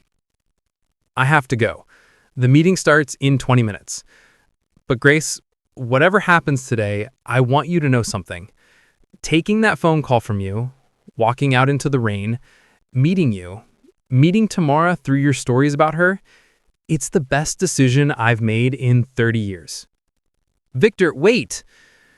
Take care of our girl. I'll call you later. He hung up. Grace stood in the hospital hallway, phone in her hand, heart pounding. 300 miles away, Victor Carmichael straightened his tie, grabbed his briefcase, and headed to the boardroom. Carmichael Industries headquarters occupied 42 floors of a Manhattan skyscraper. The boardroom was on the top floor, naturally, with floor-to-ceiling windows overlooking the city. 12 people sat around the mahogany table when Victor walked in. Board members, major shareholders, people who'd made fortunes off his company. People who thought they had a say in how he lived his life. Richard Brenner, his CFO, gave him a subtle nod of support. At least one ally in the room. Charles Whitmore, the board chairman and holder of 15% of the company's shares, cleared his throat. Victor, thank you for joining us. As if he had a choice. Let's get to it, Whitmore continued. We're concerned about your recent activities, specifically this foundation you're starting, the Daniel Carmichael Foundation. You've committed $200 million to the endowment, with pledges of $50 million annually going forward. That's correct. That's an extraordinary amount of money. I have an extraordinary amount of money. Whitmore's jaw tightened. It's not just about the money. It's about focus. You've been distracted lately, missing meetings, leaving early. We've heard reports that you're spending time at your estate dealing with staff issues instead of focusing on the company. I fired 3 employees for creating a discriminatory work environment. That took 1 morning. The optics are concerning. You're a public figure, the face of this company. When you start giving away massive amounts of money and involving yourself in social issues, it reflects on Carmichael Industries. Social issues, Victor repeated. Is that what we're calling basic human decency now? Another board member, Patricia Chen, who owned 8%, spoke up. Victor, we're not questioning your right to charitable giving. We're questioning the scale and the timing. The company is in the middle of a major acquisition. We need you focused, committed. I am committed. To what? The company or this foundation? Victor looked around the table, at the faces of people he'd worked with for years. People who'd celebrated with him when the company went public, who'd supported him through product launches and market downturns and industry disruptions. people who had never once asked him how he was doing, who he was beyond the bottom line, what kept him up at night. "Can I tell you all something? A story?" Whitmore sighed. "Victor, we don't have time for it. Make time." The room went quiet. 30 years ago, my 9-year-old son died of a brain tumor. We couldn't afford the treatment that might have saved him. I was building this company, working insane hours, convinced success was just around the corner. But the success came 6 months too late. Daniel died. My wife left me, and I was alone, with more money than I knew what to do with, and absolutely nothing to spend it on that mattered. Several board members shifted uncomfortably. I spent 3 decades building this company into a colossus, making billions, accumulating power and influence and accolades. And you know what I felt? Nothing. Absolutely nothing. I was successful and empty, rich and dead inside. Victor stood up. 2 weeks ago, I saw a woman eating in the rain outside my house. A woman who had been made to feel unwelcome by my staff. A woman who was skipping meals to send money to her daughter dying of cancer in a hospital 3 states away. And something cracked open in my chest. He walked to the window, looking out over Manhattan. I realized I'd spent 30 years running from my pain instead of transforming it into something meaningful. I'd built an empire and forgotten why. I'd won capitalism and lost my humanity. Victor turned back to face them. "So yes, I'm starting a foundation. Yes, I'm committing significant resources to it. Yes, I'm going to be less available for meetings about quarterly earnings and market share. Because I finally figured out what my son's death was supposed to teach me." "And what's that?" Whitmore asked. "That money is worthless unless you use it to reduce suffering. That success means nothing unless it serves something beyond yourself. That the only legacy that matters is the lives you change, not the fortune you accumulate." The room was silent. "So here's what I propose. I'll step down as CEO, effective immediately. Richard can take over. He's been running most of the day-to-day operations anyway. I'll remain on the board and retain my shares, but my primary focus will be the foundation." Richard's head snapped up. "Victor, you don't have to." "I want to. This company will be fine without me. Better, probably. But the foundation needs me. The families we're going to help need me. And frankly, I need them. I need to remember what it feels like to be human." Whitmore exchanged glances with the other board members. "If you're stepping down voluntarily, we accept. Richard, are you willing to take on the CEO role?" Richard looked at Victor. Some silent communication passed between them. "On one condition," Richard said. "Carmichael Industries becomes the foundation's first major corporate partner. We match Victor's annual donation, $50 million a year." "Absolutely not," Patricia Chen started. "It's tax deductible, it's good PR, and it's the right thing to do. Richard built this company from nothing. He made all of us very wealthy. If he wants to use some of that wealth to help dying children, the least we can do is support him." The board members looked at each other. Victor could see them doing the mental math. The tax benefits, the positive publicity, the goodwill. "All in favor?" Whitmore asked. 7 hands went up. Just enough. Motion carries. Welcome CEO Brenner. Richard shook his head, smiling slightly. "This is the weirdest promotion I've ever received." The meeting wrapped up quickly after that. Paperwork to file, announcements to draft, transitions to manage. Victor walked out of the boardroom feeling lighter than he had. "I quit." "You what?" "I stepped down as CEO. Richard's taking over. I'm free, Grace. Free to focus on the foundation. Free to actually do something that matters." Grace was quiet for a long moment. When she spoke, her voice was thick with emotion. "You gave up your company. For this. For us. I didn't give up anything. I finally figured out what I was supposed to be doing all along. The headline hit the business news at 6 p.m. Monday evening. Billionaire Victor Carmichael steps down as CEO to focus on charity work. By Tuesday morning, it was everywhere. Bloomberg, CNBC, The Wall Street Journal. Forbes ran a feature asking if Victor had lost his mind. Carmichael's midlife crisis cost shareholders billions, one headline screamed. Grace read them all from her laptop in the Detroit apartment Victor's office had secured. A bright two-bedroom with a view of the park. Nothing fancy, but a palace compared to the basement room at the estate. Tomorrow was napping in the other room, exhausted from her morning treatment session. The immunotherapy was working. Slowly, painfully, but working. Her latest blood work showed cancer cells decreasing. Not remission yet, but heading in the right direction. Grace should have felt relieved, grateful, happy. Instead, she felt crushing guilt. A man had given up his empire because he'd met her, because he'd seen her eating in the rain and decided to blow up his entire life. Her phone rang. Victor, like he could sense her spiral from 300 miles away. "Stop reading the news," he said instead of hello.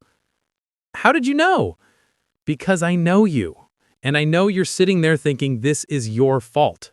It's not." Grace pressed her fingers against her eyes.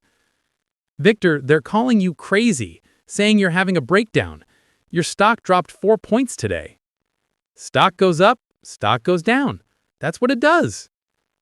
"This isn't a joke. You worked for 30 years to build that company. I worked for 30 years to avoid dealing with my grief. The company was just the excuse. Grace, I need you to hear this. Really hear it. Stepping down was the sanest decision I've made in decades. But everyone thinks, I don't care what everyone thinks. I care about building something that matters. Speaking of which, I'm in Manhattan looking at office space for the foundation. Want to see?" Grace blinked at the sudden subject change. "What, now?" "I'm going to video call you. Hold on." Her phone switched to a video call. Victor's face appeared, then the camera flipped to show a large, empty space with huge windows overlooking the city. 6,000 square feet, Victor narrated, walking through the space. "Open floor plan here for the main operations team. Private offices along this wall for you and the department heads. Conference room here, break room. And this," he opened a door to a smaller room with soft lighting and comfortable furniture. "This is the family room, for when the families we're helping need to come to the office. I don't want them sitting in some corporate waiting area. I want them to have a space that feels safe, comfortable." Grace's throat tightened. "You thought of everything." "I had a good teacher. Someone who showed me what it means to actually see people." The camera flipped back to Victor's face. He looked different, lighter. The hard edges that had marked him in their first meeting had softened. "Grace, I need you back in New York. We have work to do. Tomorrow's treatments can continue here. Detroit Children's Hospital can coordinate with the oncology team at Columbia Presbyterian. I've already talked to Dr. Okonkwo. She supports the move if tomorrow is stable enough to travel." "You talked to her doctor?" "I talk to her doctor every morning. You didn't know?" Grace shook her head, overwhelmed. "I'm invested in tomorrow's recovery too," Victor said simply. "She's part of this story, part of what changed everything."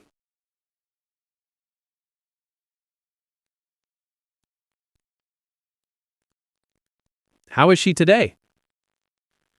"Tired, nauseous, but fighting. Always fighting. Like her mother." Grace looked at the empty office space on her screen, at the room designed for families in crisis, at the physical manifestation of pain transformed into purpose. "When do you want us there?" "Whenever you're ready. But Grace, the foundation launches a 2 weeks, 14 days to uproot again. to move Tamara, to step into a role she still wasn't sure she was qualified for. "Okay," Grace heard herself say. "We'll be there." Victor's smile could have powered the city. "Good. I'll have my assistant coordinate everything. Medical transport for Tamara, movers for your things, all of it. You just focus on getting her stable enough to travel." After they hung up, Grace sat in the quiet apartment and let the reality sink in. 3 months ago, she was eating $7 gas station food in the rain, invisible and desperate. Now, she was about to run a $50 million foundation in Manhattan. Life didn't transform like this. Not in real life. Not for people like her. Except it had. It was. "Mama," Tamara's voice called from the bedroom. "Can you come here?" Grace found her daughter sitting up in bed, looking at something on the iPad the hospital had provided for schoolwork. "Look what I made," Tamara said, turning the screen. It was a drawing, a butterfly emerging from a cocoon. But this butterfly had 2 sets of wings. One set was labeled Tamara, the other was labeled Mama. "We're both transforming," Tamara explained. "You said the hard part is what makes us into something beautiful. We're in the hard part, but we're going to be butterflies together." Grace sat on the bed and pulled her daughter close, breathing in the hospital smell that clung to her skin. "Yeah, baby, we're going to be butterflies together." 2 weeks later, Manhattan. The Daniel Carmichael Foundation officially opened on a Tuesday morning in October. Grace stood at the entrance of the office space she'd only seen through a phone screen, wearing a tailored navy suit that Victor's assistant had helped her pick out. Professional, put together, nothing like the woman who'd scrubbed floors 4 months ago. The transformation felt surreal. Inside, a team of 15 people were already at work. Social workers, case managers, medical liaisons, administrative staff. Victor had hired the best, and he'd hired them fast. "Ms. Mitchell," a young woman with bright eyes and an eager smile approached. "I'm Jennifer Wu, your executive assistant. Can I get you coffee, tea? Show you to your office?" Your office. Grace had an office, with her name on the door. "Coffee would be great, thank you." Jennifer led her through the space, pointing out departments and introducing people whose names Grace tried desperately to remember. Everyone was friendly, enthusiastic, ready to change lives. They had no idea their director had been cleaning toilets 4 months ago. Grace's office was corner positioned with windows on 2 walls, a desk that probably cost more than her first car, bookshelves, a sitting area, photos on the wall of children the foundation would help, smiling faces full of hope. And on the desk, a framed photo she didn't put there. It was Tamara, from last week, smiling. Despite the IV pour and the pallor and the visible exhaustion, but smiling, fighting, transforming. Grace picked up the frame, her hand shaking. "Mr. Carmichael thought you'd want her close," Jennifer said softly. "He said she's your why, your purpose for being here." Grace set the photo down carefully. "Where is Mr. Carmichael?" "Conference room. The board of directors meeting started at 9. Board of directors. The foundation was big enough to have a board. People with credentials and experience and no idea that Grace barely had a high school diploma. "Ms. Mitchell?" Jennifer hesitated. "Everyone here knows your story, about Tamara, about what Mr. Carmichael did for you. And we think it's incredible. Not charity, not pity, just proof that the right person is leading this foundation. Someone who knows what these families need because you lived it." Grace's eyes burned. "Thank you. That means more than you know." At 10 a.m., Victor appeared at her door. "How's the first morning?" "Overwhelming. Terrifying. Incredible." "Good. That means you care. Come with me. I want you to meet someone." He led her to the family room, that comfortable space with soft furniture and warm lighting. A woman sat there with a little boy, maybe 6 years old, in a wheelchair. The boy was bald, thin, with a telltale look of a child in treatment. "Grace, this is Maria Rodriguez and her son Carlos. They're the foundation's first family." Maria stood, and Grace saw her own story written in the woman's face. The exhaustion, the fear, the desperate hope. Miss Mitchell, thank you for doing this, for understanding. Grace took Maria's hands. Tell me about Carlos. Maria's story spilled out. Leukemia, lost her job, husband working 3 jobs to keep up with the bills, medical debt piling up, insurance denials, the new treatment Carlos needed that cost more than they made in a year. Grace listened, really listened, because she knew every word, had lived every moment of this nightmare. And she knew what the first step would be. Before the hospital phone rang, before the insurance denials, before the public health department's referral, "We're going to help you," Grace said. "All of it. Medical expenses, your rent, food, whatever you need to focus on Carlos getting better. That's what we're here for." Maria broke down crying. Carlos watched his mother with worried eyes. Grace knelt down to Carlos's level. "You know what I think you look like?" "What?" Carlos whispered. "A caterpillar, getting ready to be a butterfly. My daughter, she's 8, and she has leukemia too. She told me that the hard part, the treatment part, that's like being in a cocoon. Everything breaks down. Everything changes. But that's how you become something beautiful." Carlos's eyes got wide. "Your daughter has leukemia?" "She does. And she's fighting just like you. She's getting the new treatment too. And you know what? She's getting better. The medicine is working."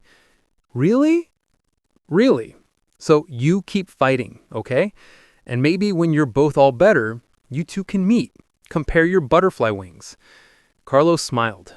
Actually smiled. After Maria and Carlos left, with a foundation check that would cover 3 months of expenses and the promise of more support to come, Grace stood in the family room trying to process what had just happened.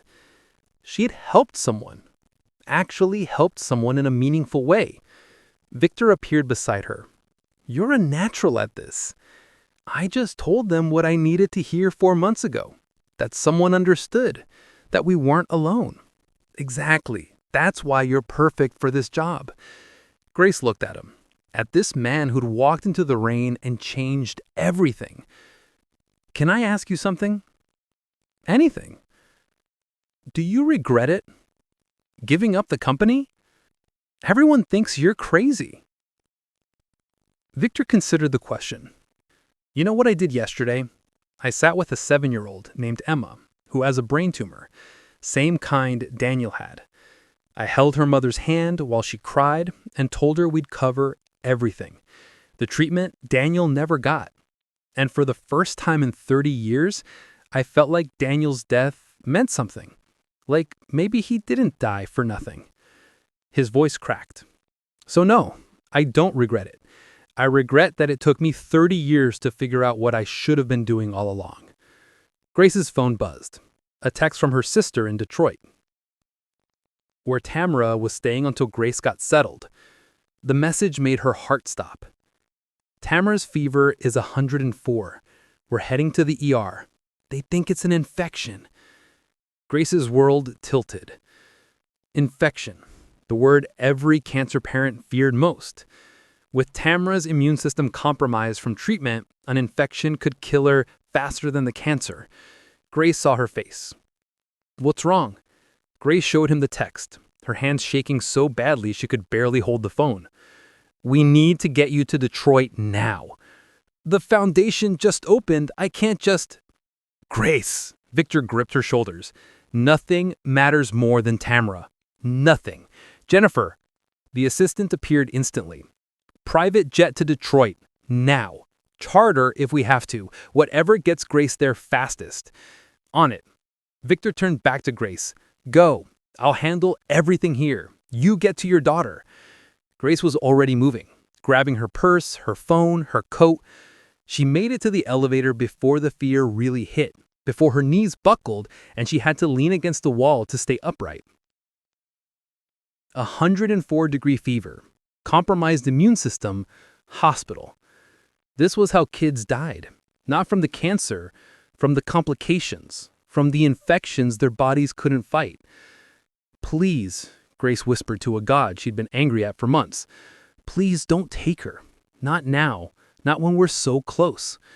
The elevator doors opened. Grace ran. The private jet was waiting at Teterboro Airport when Grace arrived. 104.2 now. They're running tests. Doctor says possible sepsis. Moving her to ICU. "Grace, she's asking for you."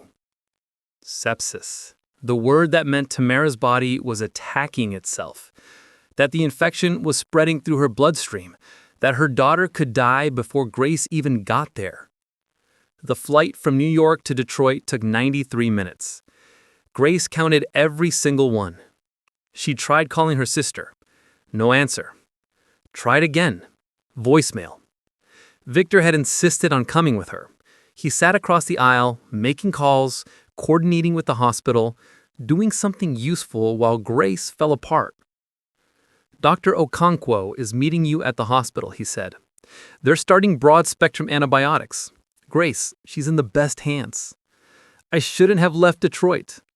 I shouldn't have moved to New York. What kind of mother leaves her dying daughter? Stop. You were building a future for her. For both of you." "What future? She's going to die and I wasn't there." "She's not going to die." "You don't know that. You can't promise that." Victor's face went pale. She saw him remember. His own son. His own helplessness. "You're right," he said quietly. "I can't promise that. But I can promise you won't face this alone." The plane landed at 2:47 p.m. A car was waiting on the tarmac. Traffic to the hospital took forever. Grace watched the Detroit streets blur past, every red light an eternity, every slow driver an enemy. Her phone rang. Her sister. "Where are you?" 10 minutes away. "How is she?" "Fever's down to 102. The antibiotics are working. Grace, she's stable. She's okay." Grace couldn't breathe. Couldn't process. "She's okay?" "She's asking for you. Keep saying Mama's coming. That you'll be here soon." The tears came then. Huge, gasping sobs that shook her whole body. Victor reached across and squeezed her hand. Didn't say anything. Just held on. They pulled up to Children's Hospital at 2:58 p.m. Grace was out of the car before it fully stopped, running through the entrance, past the security desk, straight to the elevators. 4th floor. ICU. Room 12. Grace burst through the door. Tamara lay in the bed, small and pale, connected to monitors and IV lines. But her eyes were open, and when she saw Grace, she smiled. "Mama, you came." Grace crossed the room and gathered her daughter into her arms, careful of all the wires and tubes. "I will always come. Always. I'm sorry I wasn't here sooner. You were working, helping other kids like me. That's important too." Grace pulled back to look at Tamara's face. 8 years old and wiser than she had any right to be. "You're more important. You're everything." "I know, Mama, but I'm okay. See, the medicine worked. I'm a strong caterpillar." Grace laughed through her tears. The strongest. Dr. Okonkwo appeared in the doorway.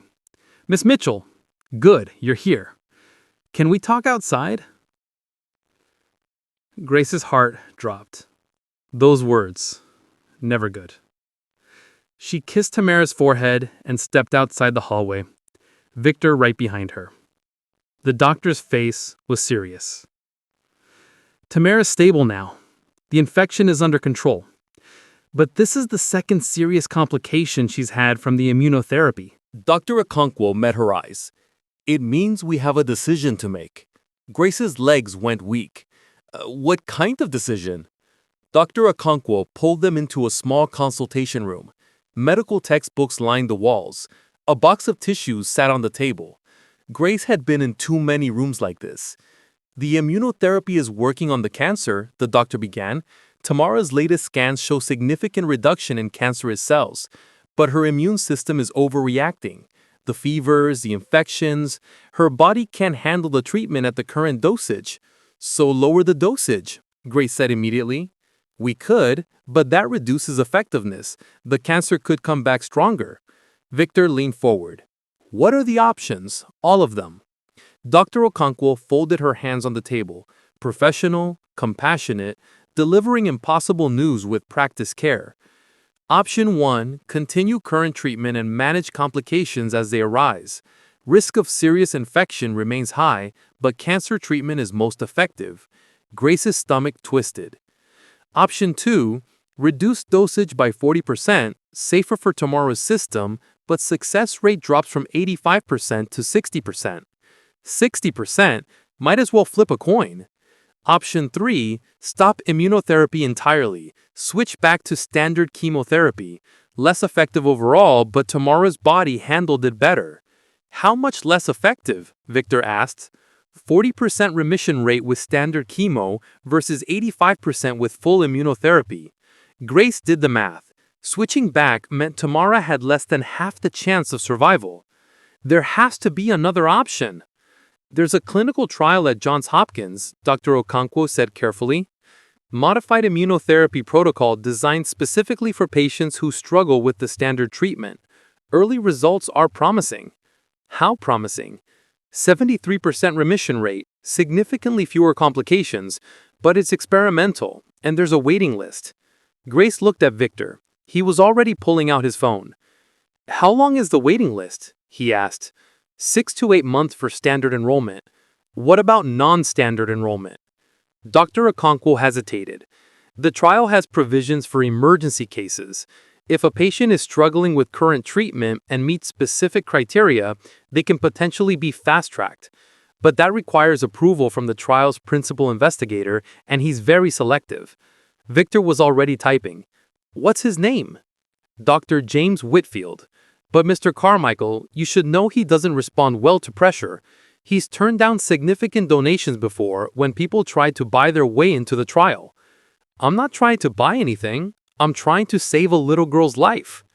Grace watched him work his phone, making calls, sending messages, using... We're going to help you, Grace said.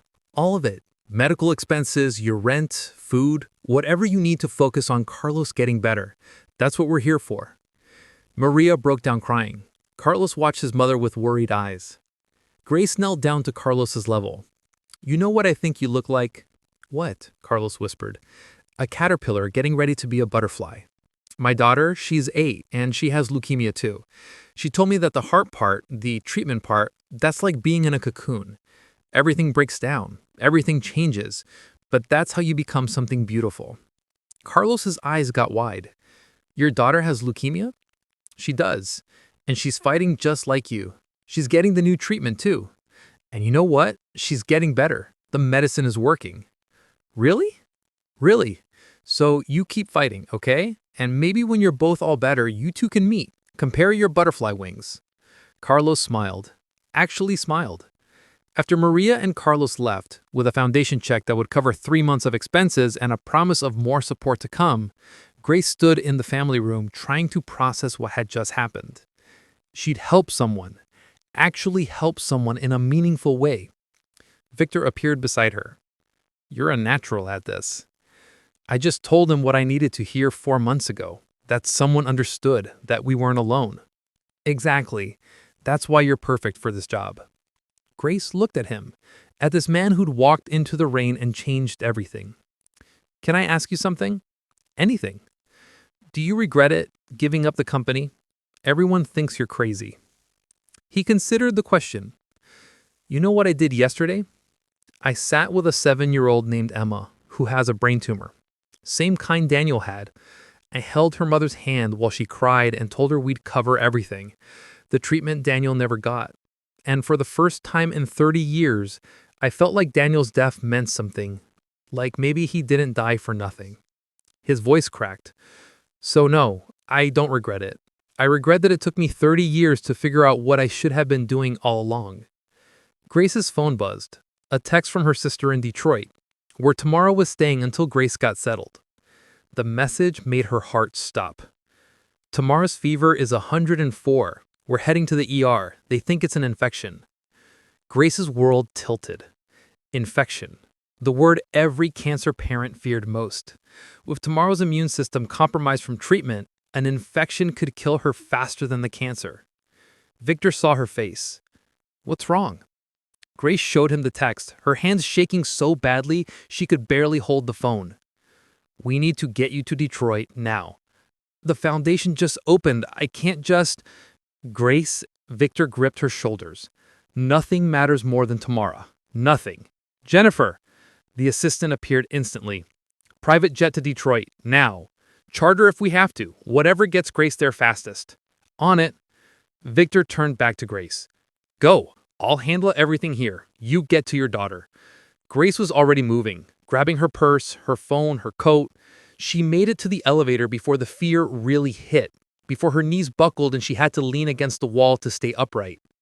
104-degree fever, compromised immune system, hospital. This was how kids died. Not from the cancer, from the complications, from the infections their bodies couldn't fight. Please, Grace whispered to a god she'd been angry at for months. Please don't take her. Not now. Not when we're so close. This was who he'd been in the business world. Relentless, unstoppable, willing to burn everything down to achieve his goal. Except now his goal wasn't profit. It was Tamara. Grace, I need you to make a decision, Dr. Okonkwo said gently. Tamara can't stay on full immunotherapy much longer without serious risk. If the trial doesn't work out, what do you want to do? Choose between a dangerous treatment that might save her daughter or a safer treatment that probably wouldn't. Choose between risk and certainty, between hope and reality. What kind of choice was that? I need to talk to Tamara, Grace said. She's 8 years old. You can't put this on her. She's 8 years old and it's her body, her life. She deserves a say. Grace walked back into room 12. Tamara was watching cartoons, the volume low. She looked up when Grace entered. Mama, you look scared. Grace sat on the bed. Baby, I need to talk to you about something important. Grown-up important.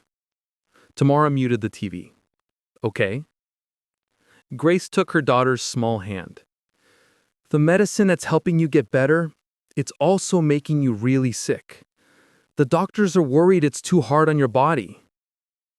But it's working, right? Making the bad cells go away? It is. But the fevers and the infections are dangerous too. Tamara was quiet for a moment. What do the doctors want to do? Grace explained the options in simple terms. Keep the strong medicine with risks. Use weaker medicine that's safer. Try to get into a special trial that might be just right. What do you think I should do? Tamara asked. The question broke Grace's heart. Oh, baby, I don't know. I'm so scared of making the wrong choice. Tamara squeezed her hand. Mama, remember the butterfly story? The caterpillar has to break down before it can transform. It's supposed to be hard. That's how you know it's working. But what if it's too hard? What if... I want to keep fighting, Tamara said. Her voice was small but certain. I want the medicine that works best, even if it's scary. Grace pressed Tamara's hand to her cheek. You're the bravest person I've ever known. I learned it from you. There was a knock on the door. Victor stood there, phone in hand, his face unreadable. Dr. Whitfield will see us tomorrow morning at Johns Hopkins, 9 a.m. Grace's jaw dropped. How did you... I told him Tamara's story. Not the money, not the foundation, just a little girl who loves butterflies and wants to transform. He said any child that brave deserves a chance. The drive to Baltimore took 4 hours. Grace sat in the back of the town car with Tamara sleeping against her shoulder, watching the highway blur past. Victor rode up front, making endless calls about the foundation, giving Grace space to breathe. She couldn't stop thinking about the numbers. 85% with treatment that was killing her daughter. 73% with treatment they might not get. 40% if they went back to standard chemo. Numbers that represented Tamara's life reduced to statistics and percentages. They arrived at Johns Hopkins at 8:30 a.m. The pediatric oncology wing was bright, cheerful, decorated with painted murals of superheroes and princesses, trying to make cancer less terrifying for children. It never worked. A nurse led them to Dr. Whitfield's office. He was younger than Grace expected, maybe 45, with kind eyes behind wire-rimmed glasses. "Tamara Mitchell," he said, shaking her daughter's hand like she was an adult. "I read your file. You're quite the fighter." "I'm going to be a butterfly," Tamara said seriously. Dr. Whitfield smiled. "I believe you are." He turned to Grace. "Miss Mitchell, I want to be honest about what this trial involves. The modified protocol is gentler than standard immunotherapy, but it's still difficult. Treatment 3 times a week for 8 weeks. Tomorrow would need to be in Baltimore for the duration." Grace's heart sank. "I can't afford housing here for 2 months." "Already handled," Victor interrupted. "There's a furnished apartment 3 blocks away. Month to month, all expenses covered." Dr. Whitfield looked between them, understanding dawning. "You're the billionaire who started the foundation, the one stepping down from his company." "I'm just a man trying to help," Victor said quietly. "Well, I'm glad Tamara has you in her corner, but I need to make something clear. I'm not accepting her into the trial because of money or influence.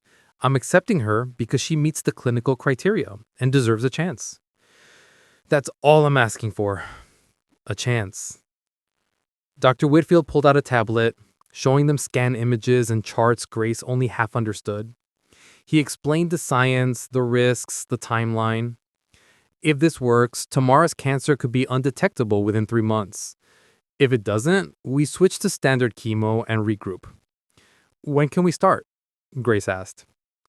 "Tomorrow. But, Miss Mitchell, you need to understand that there are no guarantees in medicine. I've seen children beat impossible odds. I've seen children die from treatable cancers. All I can promise is I will give Tamara the best shot possible." Grace looked at her daughter, who was studying the anatomical posters on the wall with curiosity instead of fear. That's all any mother can ask for. Dr. Whitfield stood. "I'll have my team draw up the consent forms. Get Tamara settled in the apartment today. Tomorrow we begin." After they left, Grace felt Victor's hand on her shoulder. "You okay?" "I don't know. I'm terrified and hopeful and exhausted. Is that okay?" "That's being human." They walked through the hospital lobby, Tamara between them, holding both their hands. Grace's phone buzzed. A text from Jennifer Wu at the foundation. "3 more families contacted us today. They saw the news coverage about the foundation opening. They need help." Grace showed Victor the message. "What do I do? Tamara needs me here, but those families need someone who understands what they're going through. We'll figure it out. Maybe you work remotely for a few weeks. Maybe we hire additional staff. We'll make it work." "How are you always so calm?" Victor stopped walking. "I'm not calm. I'm terrified too. Every time I look at Tamara, I see Daniel. Every time we're in a hospital, I remember what I couldn't do for my son. But terror doesn't help anyone. Action does." Tamara tugged in Victor's hand. "Mr. Victor, can I ask you something?" "Anything, sweetheart." "When I'm all better, can I help at the foundation too? Help other kids who are scared like me?" Victor knelt down to her level. "When you're all better, you can do anything you want, including helping other kids. I think you'd be amazing at it." "Because I know what it's like to be in a cocoon." "Exactly." They got Tamara settled in the apartment. Bright, comfortable, with a bedroom she declared perfect, And Grace tried not to think about tomorrow, about the first treatment, about hope and risk and impossible choices. That night, after Tamara fell asleep, Grace stood on the small balcony overlooking the Baltimore streets. Victor joined her, 2 cups of coffee in hand. "Thank you," Grace said, "for all of this, for being here. You didn't have to." "Yes, I did. Tamara's not just some charity case to me, Grace." Grace turned to face him. "What happens if the treatment doesn't work? If we lose her?" "Then we'll grieve together. But Grace, we're not going to lose her." "You can't know that." "No, but I can't believe it. And right now, belief is all we've got." Grace looked back through the window at Tamara sleeping peacefully. Tomorrow, they would start fighting again. Tonight, she would let herself believe in butterflies. The modified immunotherapy was different from the start. Tamara sat in a bright treatment room decorated with stars and planets, an IV line connected to her port. The medicine dripped slowly, clear liquid that held hope and science and calculated risk. Grace held her hand. Victor sat on the other side, reading aloud from a book about a girl who could talk to animals. "Does it hurt?" asked the nurse after 30 minutes. "No," said Tamara. "It feels warm, like sunshine inside." The nurse smiled. "That's the best description I've heard." Hour 1 passed. Tamara watched movies. Hour 2, she dozed off. Hour 3, the treatment ended. No fever, no nausea, no violent reaction. "This is good," Dr. Whitfield said. "Very good. But the real test is the next 24 hours. They went back to the apartment. Grace made dinner, chicken soup and crackers, Tamara's favorite. Her daughter ate 3 full bowls. "Mama, I'm hungry. Actually hungry. I haven't been hungry in so long." Grace's eyes filled with tears. "Then eat, baby. Eat as much as you want." That night, Tamara's temperature stayed normal, 98.6. Perfect. Day 2 brought the second treatment. Again, no major complications. Tamara felt tired but not sick, uncomfortable but not suffering. "Her body's accepting the modified protocol," Dr. Whitfield told Grace. "This is exactly what we hoped for." By day 5, Tamara was smiling more, laughing at Victor's terrible jokes, asking when she could go outside and see the city. Grace started working remotely from the apartment, video calls with the foundation staff, reviewing applications from families who needed help, making decisions about who to assist first. Every family story broke her heart, because she knew it intimately. Single mother with twins who both had leukemia. Father who lost his job because he missed too much work caring for his sick daughter. Grandmother raising her grandson after his parents died, now facing his cancer diagnosis alone. Grace approved help for all of them. Medical expenses covered, rent paid, food delivered, whatever they needed. "We're going to run out of money at this rate," Jennifer warned gently on a video call. "Then we fundraise more. We don't say no to families in crisis. We find a way to say yes." By day 7, the foundation had helped 12 families. The media coverage was intensifying. "Fallen Billionaire's Foundation Changing Lives," one headline read. "From CEO to charitable champion, Victor Carmichael's transformation," read another. Grace did her first interview with a local Baltimore news station. They wanted to know about Tamara, about the foundation, about how housekeeper became an executive director. She told the truth. All of it. The segment aired that evening. Grace watched herself on screen talking about eating in the rain, about Victor walking out into the storm, about second chances and transformation. Her phone exploded. Messages from friends she hadn't heard from in years. Former co-workers from Detroit, strangers saying her story inspired them. And one message that made her blood run cold. From Marcus, her ex-husband who'd abandoned them. "I saw you on TV. You look good. Tamara looks good. I'm glad things worked out. I always knew you were strong enough to handle this without me. Maybe we could talk sometime." Grace stared at the message, fury building in her chest. He always knew she was strong enough? That was his excuse for leaving, for abandoning his dying daughter? She showed Victor the message. His face went hard. "What do you want to do?" I want to throw my phone across the room. I want to scream. I want to ask him how he can watch our daughter fight cancer on television and think everything's worked out. Then do that. Be angry. You've earned it. Grace looked at Tamara sleeping on the couch, worn out from treatment, but stable, fighting, winning. No, he doesn't get my energy. He doesn't get my time. He made his choice 15 months ago. I'm making mine now. If this is your first time in Top Core American Storytelling, hit subscribe and turn on notifications bell so you never miss another powerful real-life story from Top Core. Tell us in the comment box the country you are watching it from. Share this video with someone who still believes truth always finds its way. She deleted the message without responding. Some people didn't deserve second chances. That night, Dr. Whitfield called with news.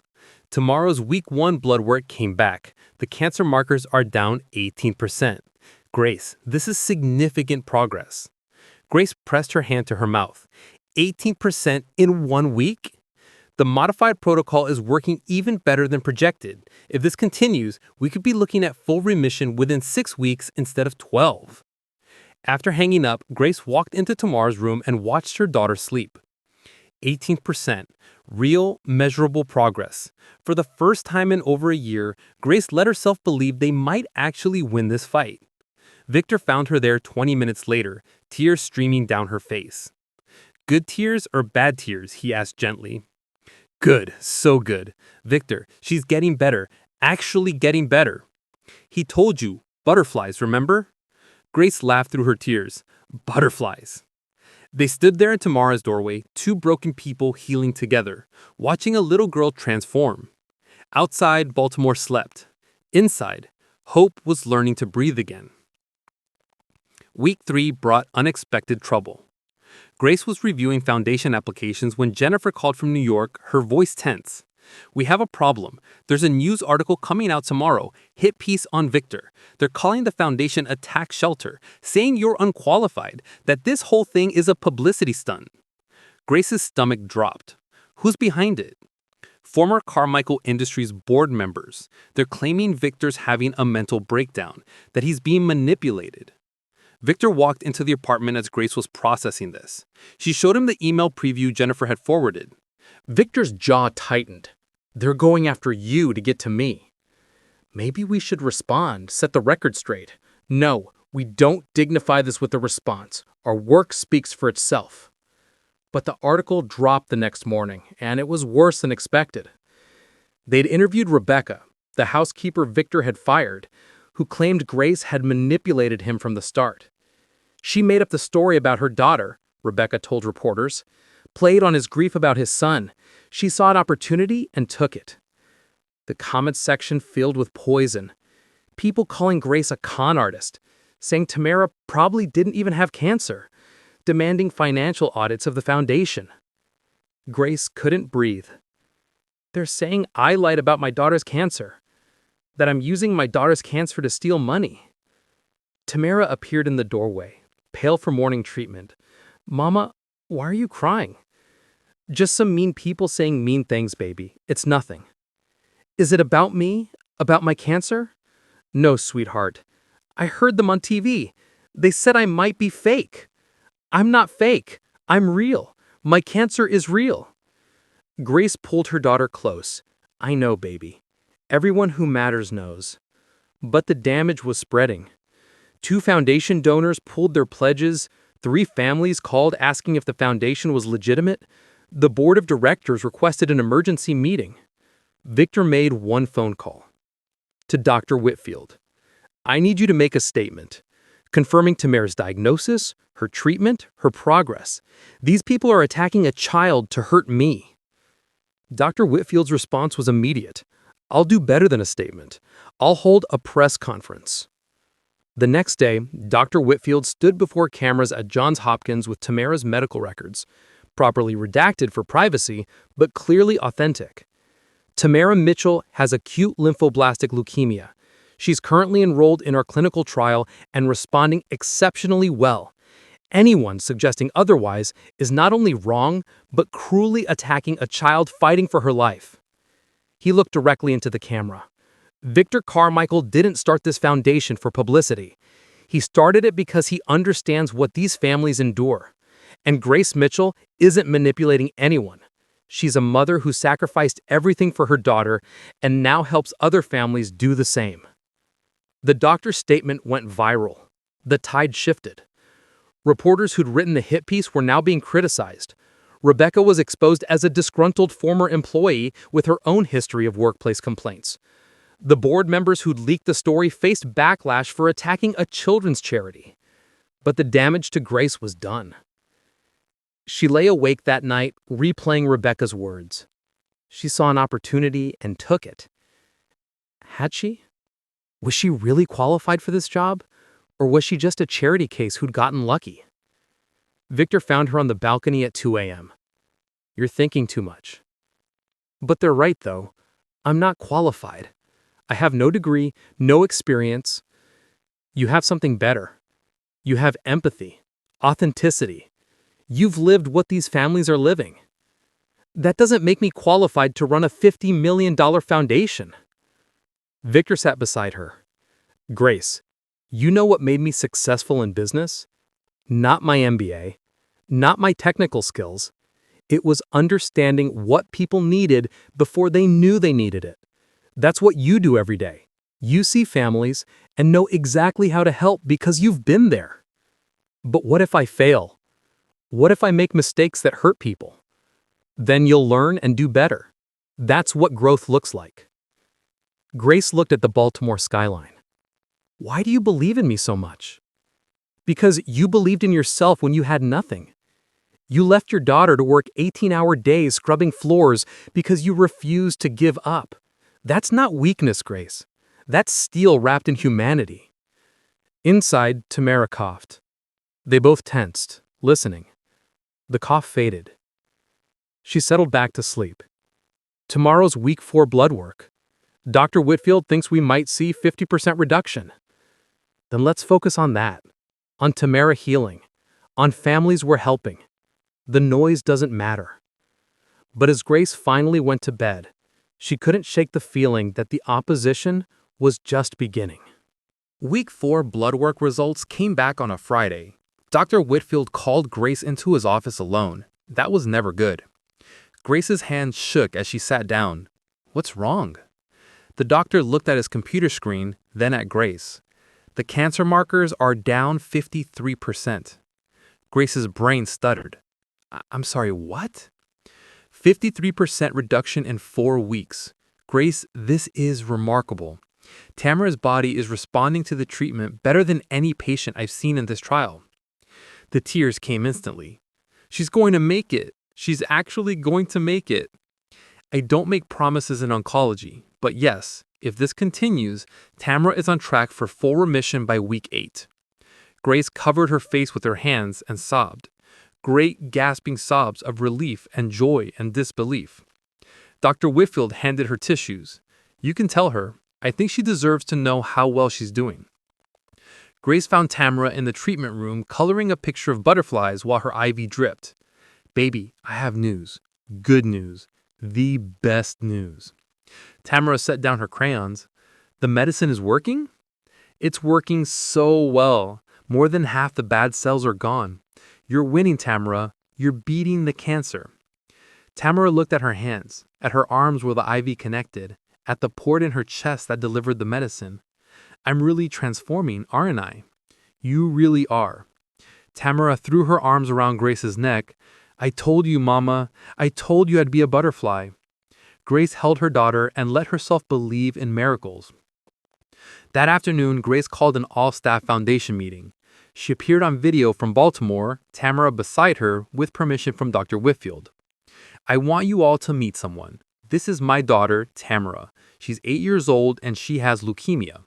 4 months ago, I was eating dinner in the rain because I was trying to save money for her treatment. Today, thanks to Mr. Carmichael and Dr. Whitfield, she's 53% cancer-free. The staff on screen started clapping. I'm telling you this because I want you to understand why this foundation exists. Not as a tax shelter, not as publicity, but because every single family we help is someone's Tamara. Someone's daughter or son fighting for their life while their parents fight to keep them alive. Grace's voice strengthened. People are going to question us, attack us, say we're not qualified or legitimate. Let them. Because while they're talking, we're saving lives.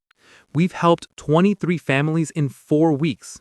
23 children who now have a real chance. That's what matters. Tamara leaned into the camera. My mama's the bravest person I know. She's helping kids like me. That makes her a superhero. Jennifer Wu wiped her eyes. We're with you, Grace. All of us. Whatever you need. After the meeting, Victor pulled Grace aside. The board wants to host a fundraising gala. Major donors, press coverage, the whole thing. Use Tamara's story to show what the foundation accomplishes. Grace hesitated. I don't want to exploit her. It's not exploitation if she wants to share. And Grace, people connect with stories. Tamara's story, your story, it shows that transformation is possible. That's powerful. Let me ask her. Tamara didn't hesitate. I want to help other kids. If talking about my cancer helps them, then I want to do it. So they planned the gala, 6 weeks away, in New York, a celebration of hope and second chances. But that night, Grace received a call that changed everything. Grace's blood went cold. What threatening messages? The ones sent to the foundation email. Death threats. Someone saying you need to pay for lying about your daughter, that you'll be exposed as a fraud. Grace hadn't seen any threats. Jennifer must have been filtering them. How serious are they? Serious enough that we recommend security for you and Tamara. These aren't just angry internet comments. Someone knows where you're staying. Grace looked at Tamara sleeping on the couch, peaceful and healing and completely vulnerable. What do I do? We're assigning a protection detail, and Ms. Mitchell, be careful. Whoever is sending these messages, they're escalating. The security detail arrived within 2 hours. 2 plainclothes officers positioned outside the apartment, another monitoring the building entrance. Detective Chen installed panic buttons in every room. This feels excessive, Grace said, watching them work.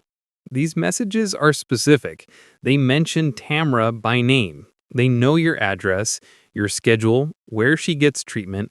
That's not random internet trolling. That's surveillance. Victor insisted on staying.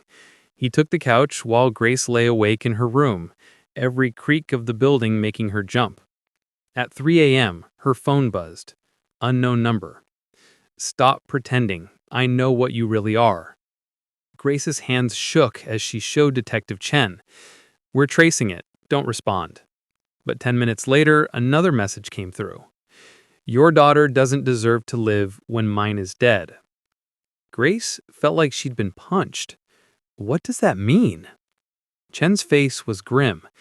We might be dealing with a parent who lost a child, someone who sees your success, Tamara's recovery, as unfair. The thought made Grace sick. Someone grieving, lashing out, projecting their pain onto Tamara. Can you find them? We're working on it. The next morning, Grace debated whether to take Tamara to treatment, but Dr. Whitfield was expecting them, and missing sessions could slow progress. The security detail drove them to Johns Hopkins. Grace held Tamara's hand too tightly. Mama, you're hurting me. Sorry, baby, just worried. About the mean person sending messages? Grace's heart stopped. How did you know about that? I heard you and Detective Chen talking. Someone's mad that I wish I could tell them I'm sorry, that I know how scary cancer is. At 8 years old, facing death threats, and Tamara wanted to comfort her attacker. Grace held her daughter close. You're too good for this world. Treatment went smoothly. Tamara's vitals were strong, color returning to her face, hair starting to grow back in fuzzy patches. Dr. Whitfield pulled Grace aside. Week 5 blood work is Monday. If the trend continues, we could be looking at 70% reduction. 70%? Grace whispered. She's really going to make it. She really is. They returned to the apartment at 2 p.m. Security checked it first, gave the all clear. Grace made lunch while Tamara napped. Everything seemed normal. Then she found the envelope. It had been slipped under the door. No postage, hand-delivered. Grace opened it with shaking hands. Inside was a photo of Tamara walking into Johns Hopkins that morning. Someone had been there, watching, close enough to take pictures. Written across the bottom in red ink, "She doesn't deserve to heal." Grace screamed for security. Detective Chen arrived within 30 minutes, studying the photo with gloved hands. This person was there today, at the hospital, close enough to photograph her. How is that possible? You have officers watching. Hospitals have multiple entrances, hundreds of people coming and going. They blended in. Victor paced the room. We need to move them. Different city, different hospital. Tamara's treatment is here. She's responding to Dr. Whitfield's protocol. We can't just uproot her. We can't stay here if she's in danger. Detective Chen held up the photo. We'll increase security. Plainclothes officers inside the hospital, monitoring all entrances. This person made a mistake by getting close. We'll catch them. That night, Grace sat by Tamara's bed, watching her sleep. Someone out there hated them enough to threaten a child. Someone consumed by grief or jealousy or rage. Grace's phone buzzed. Another message. I took everything from you. Now I'll take everything from you. Grace's security footage shows a woman, Chan explained, showing Grace the grainy image. White, mid-40s, brown hair. She's been there every day for the past week. Grace studied the photo. Something about the woman looked familiar. Do you recognize her? Chen asked. I don't know. Maybe. Victor leaned closer. His face went pale. I know her. Everyone turned. Her name is Catherine. Catherine Carmichael. My ex-wife. The room went silent. Your ex-wife is threatening Grace and Tamara? Chen's voice was sharp. Why? Victor sank into a chair. Because I'm helping them. Because Tamara has the same kind of cancer Daniel had. Because she's getting the treatment our son never got. Grace felt like the floor had dropped out. She blames us for your son's death? She blames me. Always has. Now she sees me saving Tamara, and it's like I'm choosing this child over our son. Like I could have saved Daniel but chose not to. Victor's voice broke. Catherine had a breakdown after Daniel died. Severe depression, paranoia. I made sure she got help, set up a trust fund for her care. But she refused treatment. Disappeared 5 years ago. I haven't heard from her since. Chen pulled out her radio. I need units at the coffee shop. Suspect is Catherine Carmichael. Approach with caution. Mental health crisis. But they were too late. Catherine had seen the police presence increasing. She'd vanished. Grace paced the apartment. She was your wife, the mother of your son, and now she's threatening to hurt Tamara? Grief does terrible things to people, Victor said quietly. Catherine loved Daniel more than anything. When he died, part of her died too. She couldn't accept it, couldn't move forward. So she's stuck in the past and we're paying the price? I'll find her. I'll talk to her. Make her understand. Understand what? That you're helping another child because you couldn't help yours? Victor, that's exactly what's making her crazy. Tamara appeared in the doorway, woken by their raised voices. Who's Catherine? Grace and Victor exchanged looks. Someone who's very sad. Someone who lost her little boy and doesn't know how to feel better. Is she the one sending mean messages? We think so. Tamara was quiet for a moment. Can I write her a letter? Baby, I don't think... Please, Mama. Maybe if she knows I'm real, that I'm not trying to replace her son, she won't be so angry. Victor's eyes filled with tears. Tamara, that's very kind, but Catherine is sick in a way that makes it hard for her to think clearly. I'm sick too, but people still listen to me. She'd never been on a private plane before. Didn't care about the leather seats or the polished wood or the flight attendant offering champagne. She pushed past all of it and strapped herself into the first seat she found. Her phone wouldn't stop buzzing. Updates from her sister.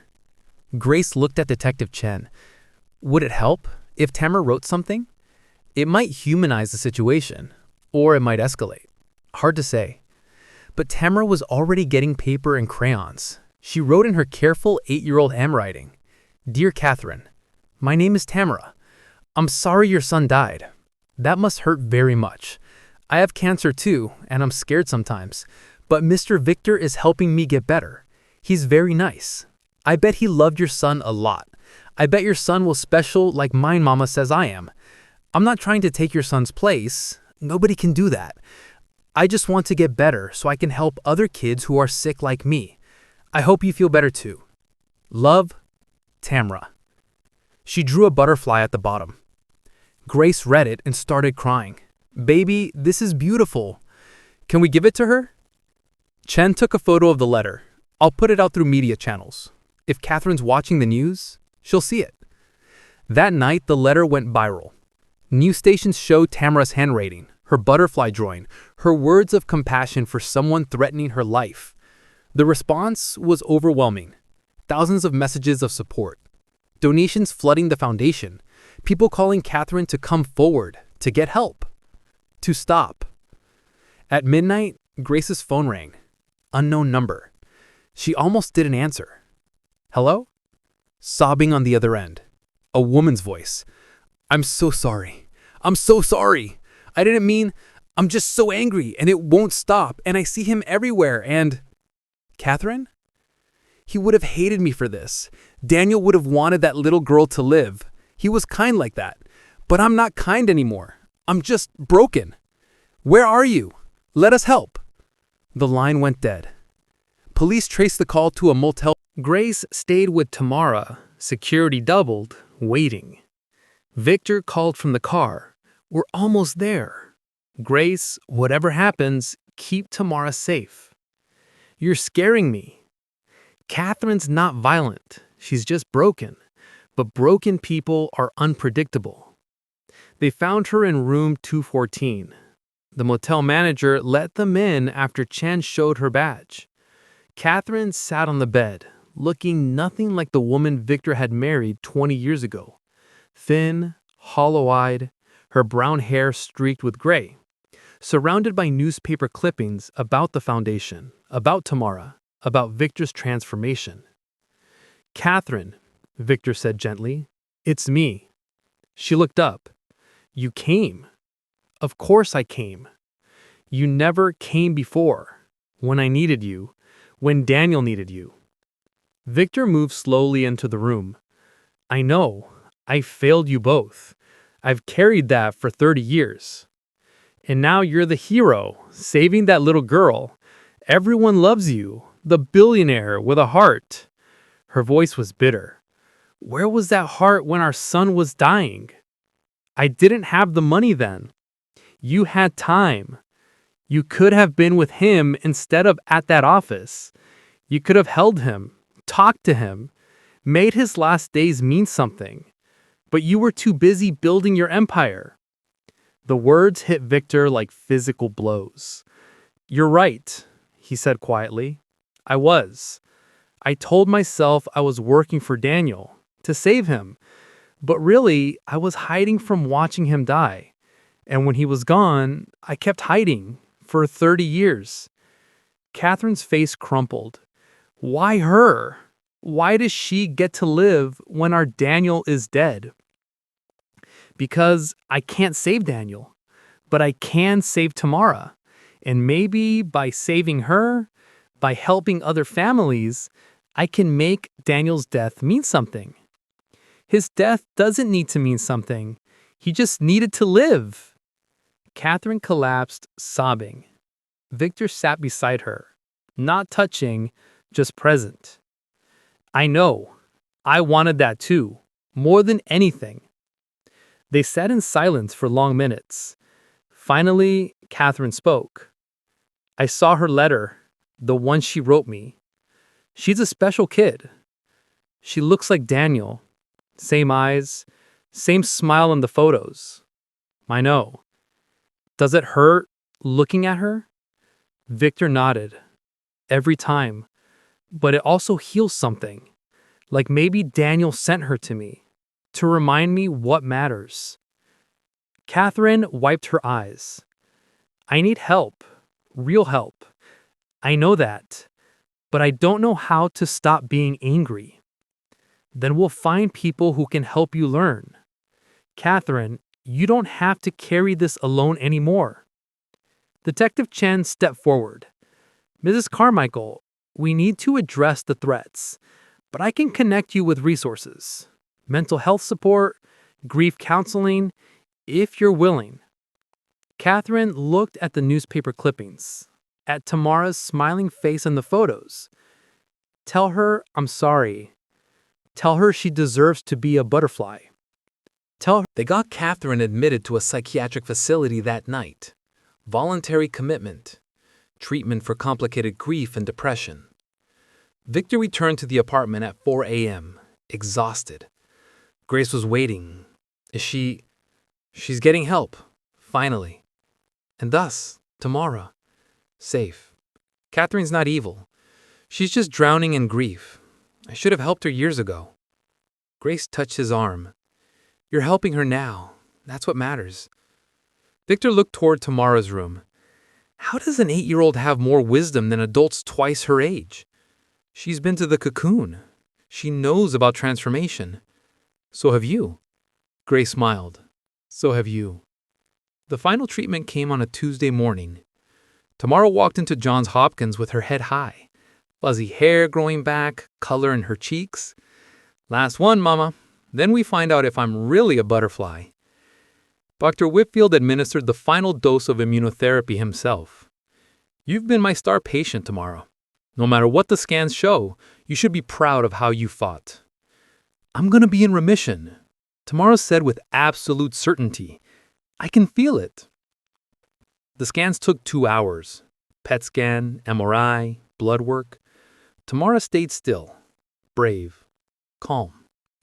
Grace paced the waiting room, unable to sit.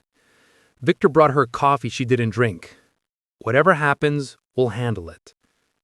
What if it's not enough? What if... Grace, breathe. At 3 p.m., Dr. Whitfield called them into his office. His face was unreadable. Grace gripped Victor's hand so hard she felt bones shift. Tomorrow's scan came back, the doctor began. Grace held her breath. There is no evidence of cancer in her body. Tamara is in complete remission. The world stopped. What? Grace whispered. Complete remission. No detectable cancer cells. The treatment worked, Grace. She did it. Grace's legs gave out. Victor caught her. They held each other and sobbed. Tamara appeared in the doorway. I'm a butterfly, aren't I? Dr. Whitfield knelt down. You're the most beautiful butterfly I've ever seen. Tamara ran to Grace. They held each other and cried and laughed. We did it, Mama. We transformed. This is why we exist, Grace told them, so every family can have this moment, this miracle. The fundraising gala was 2 days away. Originally planned as a launch event, it became a celebration. Tamara insisted on attending. I want people to see that the foundation works, that kids like me can win. The night of the gala, Grace stood in a dress she never imagined wearing, in a ballroom full of people she never imagined meeting. Donors, celebrities, media, all there to support the foundation. Victor took the stage first. A year ago, I was a billionaire who had everything and felt nothing. Then I saw a woman eating in the rain, and my life changed. Grace Mitchell showed me what real strength looks like, what sacrifice means, what it takes to transform pain into purpose. He gestured to Grace. She's not just a director of this foundation. She's the heart of it, because she knows what our families are going through. She's lived it. Grace took the microphone with shaking hands. A year ago, I was invisible. Working 18-hour days, eating cheap food in the rain, watching my daughter die from 3 states away. I felt powerless, alone, like the world had forgotten we existed. She looked at Tamara sitting in the front row. Then someone saw me, really saw me, and decided that my daughter's life mattered, that all our children's lives matter. The Daniel Carmichael Foundation exists because one man chose compassion over comfort, but it continues because all of you are making that same choice. Applause filled the room. Tonight, I want to introduce you to someone special. Tamara joins her on stage, wearing a dress covered in butterflies. This is my daughter Tamara, 8 years old and officially cancer-free as of 3 days ago. The room erupted. Tamara took the microphone. I was a caterpillar. I went into a cocoon. It was dark and scary and hurt a lot. But Mr. Victor and Dr. Whitfield and my mama, they helped me transform. Now I'm a butterfly. She turned to the audience. There are lots of other caterpillars who need help transforming. Will you help them? By the end of the night, the foundation had raised $12 million. 47 families would receive immediate assistance. Grace stood on the balcony afterwards, watching New York City lights. Victor joined her. You did it. We did it. What happens now? Grace smiled. Now we help more families, more children. We keep transforming pain into purpose. Sounds like a plan. They stood in comfortable silence. A year ago, Grace had been eating in the rain, invisible, desperate, alone. Tonight, she was surrounded by people who saw her, supported her, believed in her. Tamara appeared, sleepy. Mama, can we go home? Home. They had one now, a real one. Yeah, baby, let's go home. As they left, Grace looked back at the ballroom, at the foundation's logo, at the promise it represented. Some people spent their whole lives searching for purpose. Grace had found hers in the rain, and it had transformed everything. One man saw a woman in the rain and changed 2 lives forever. That's the power of compassion. If this story touched you, smash that like button. Subscribe to Top Core Stories for more life-changing stories every week. Comment below. What would you do if you saw someone eating in the rain? Next week, a janitor's discovery that exposed a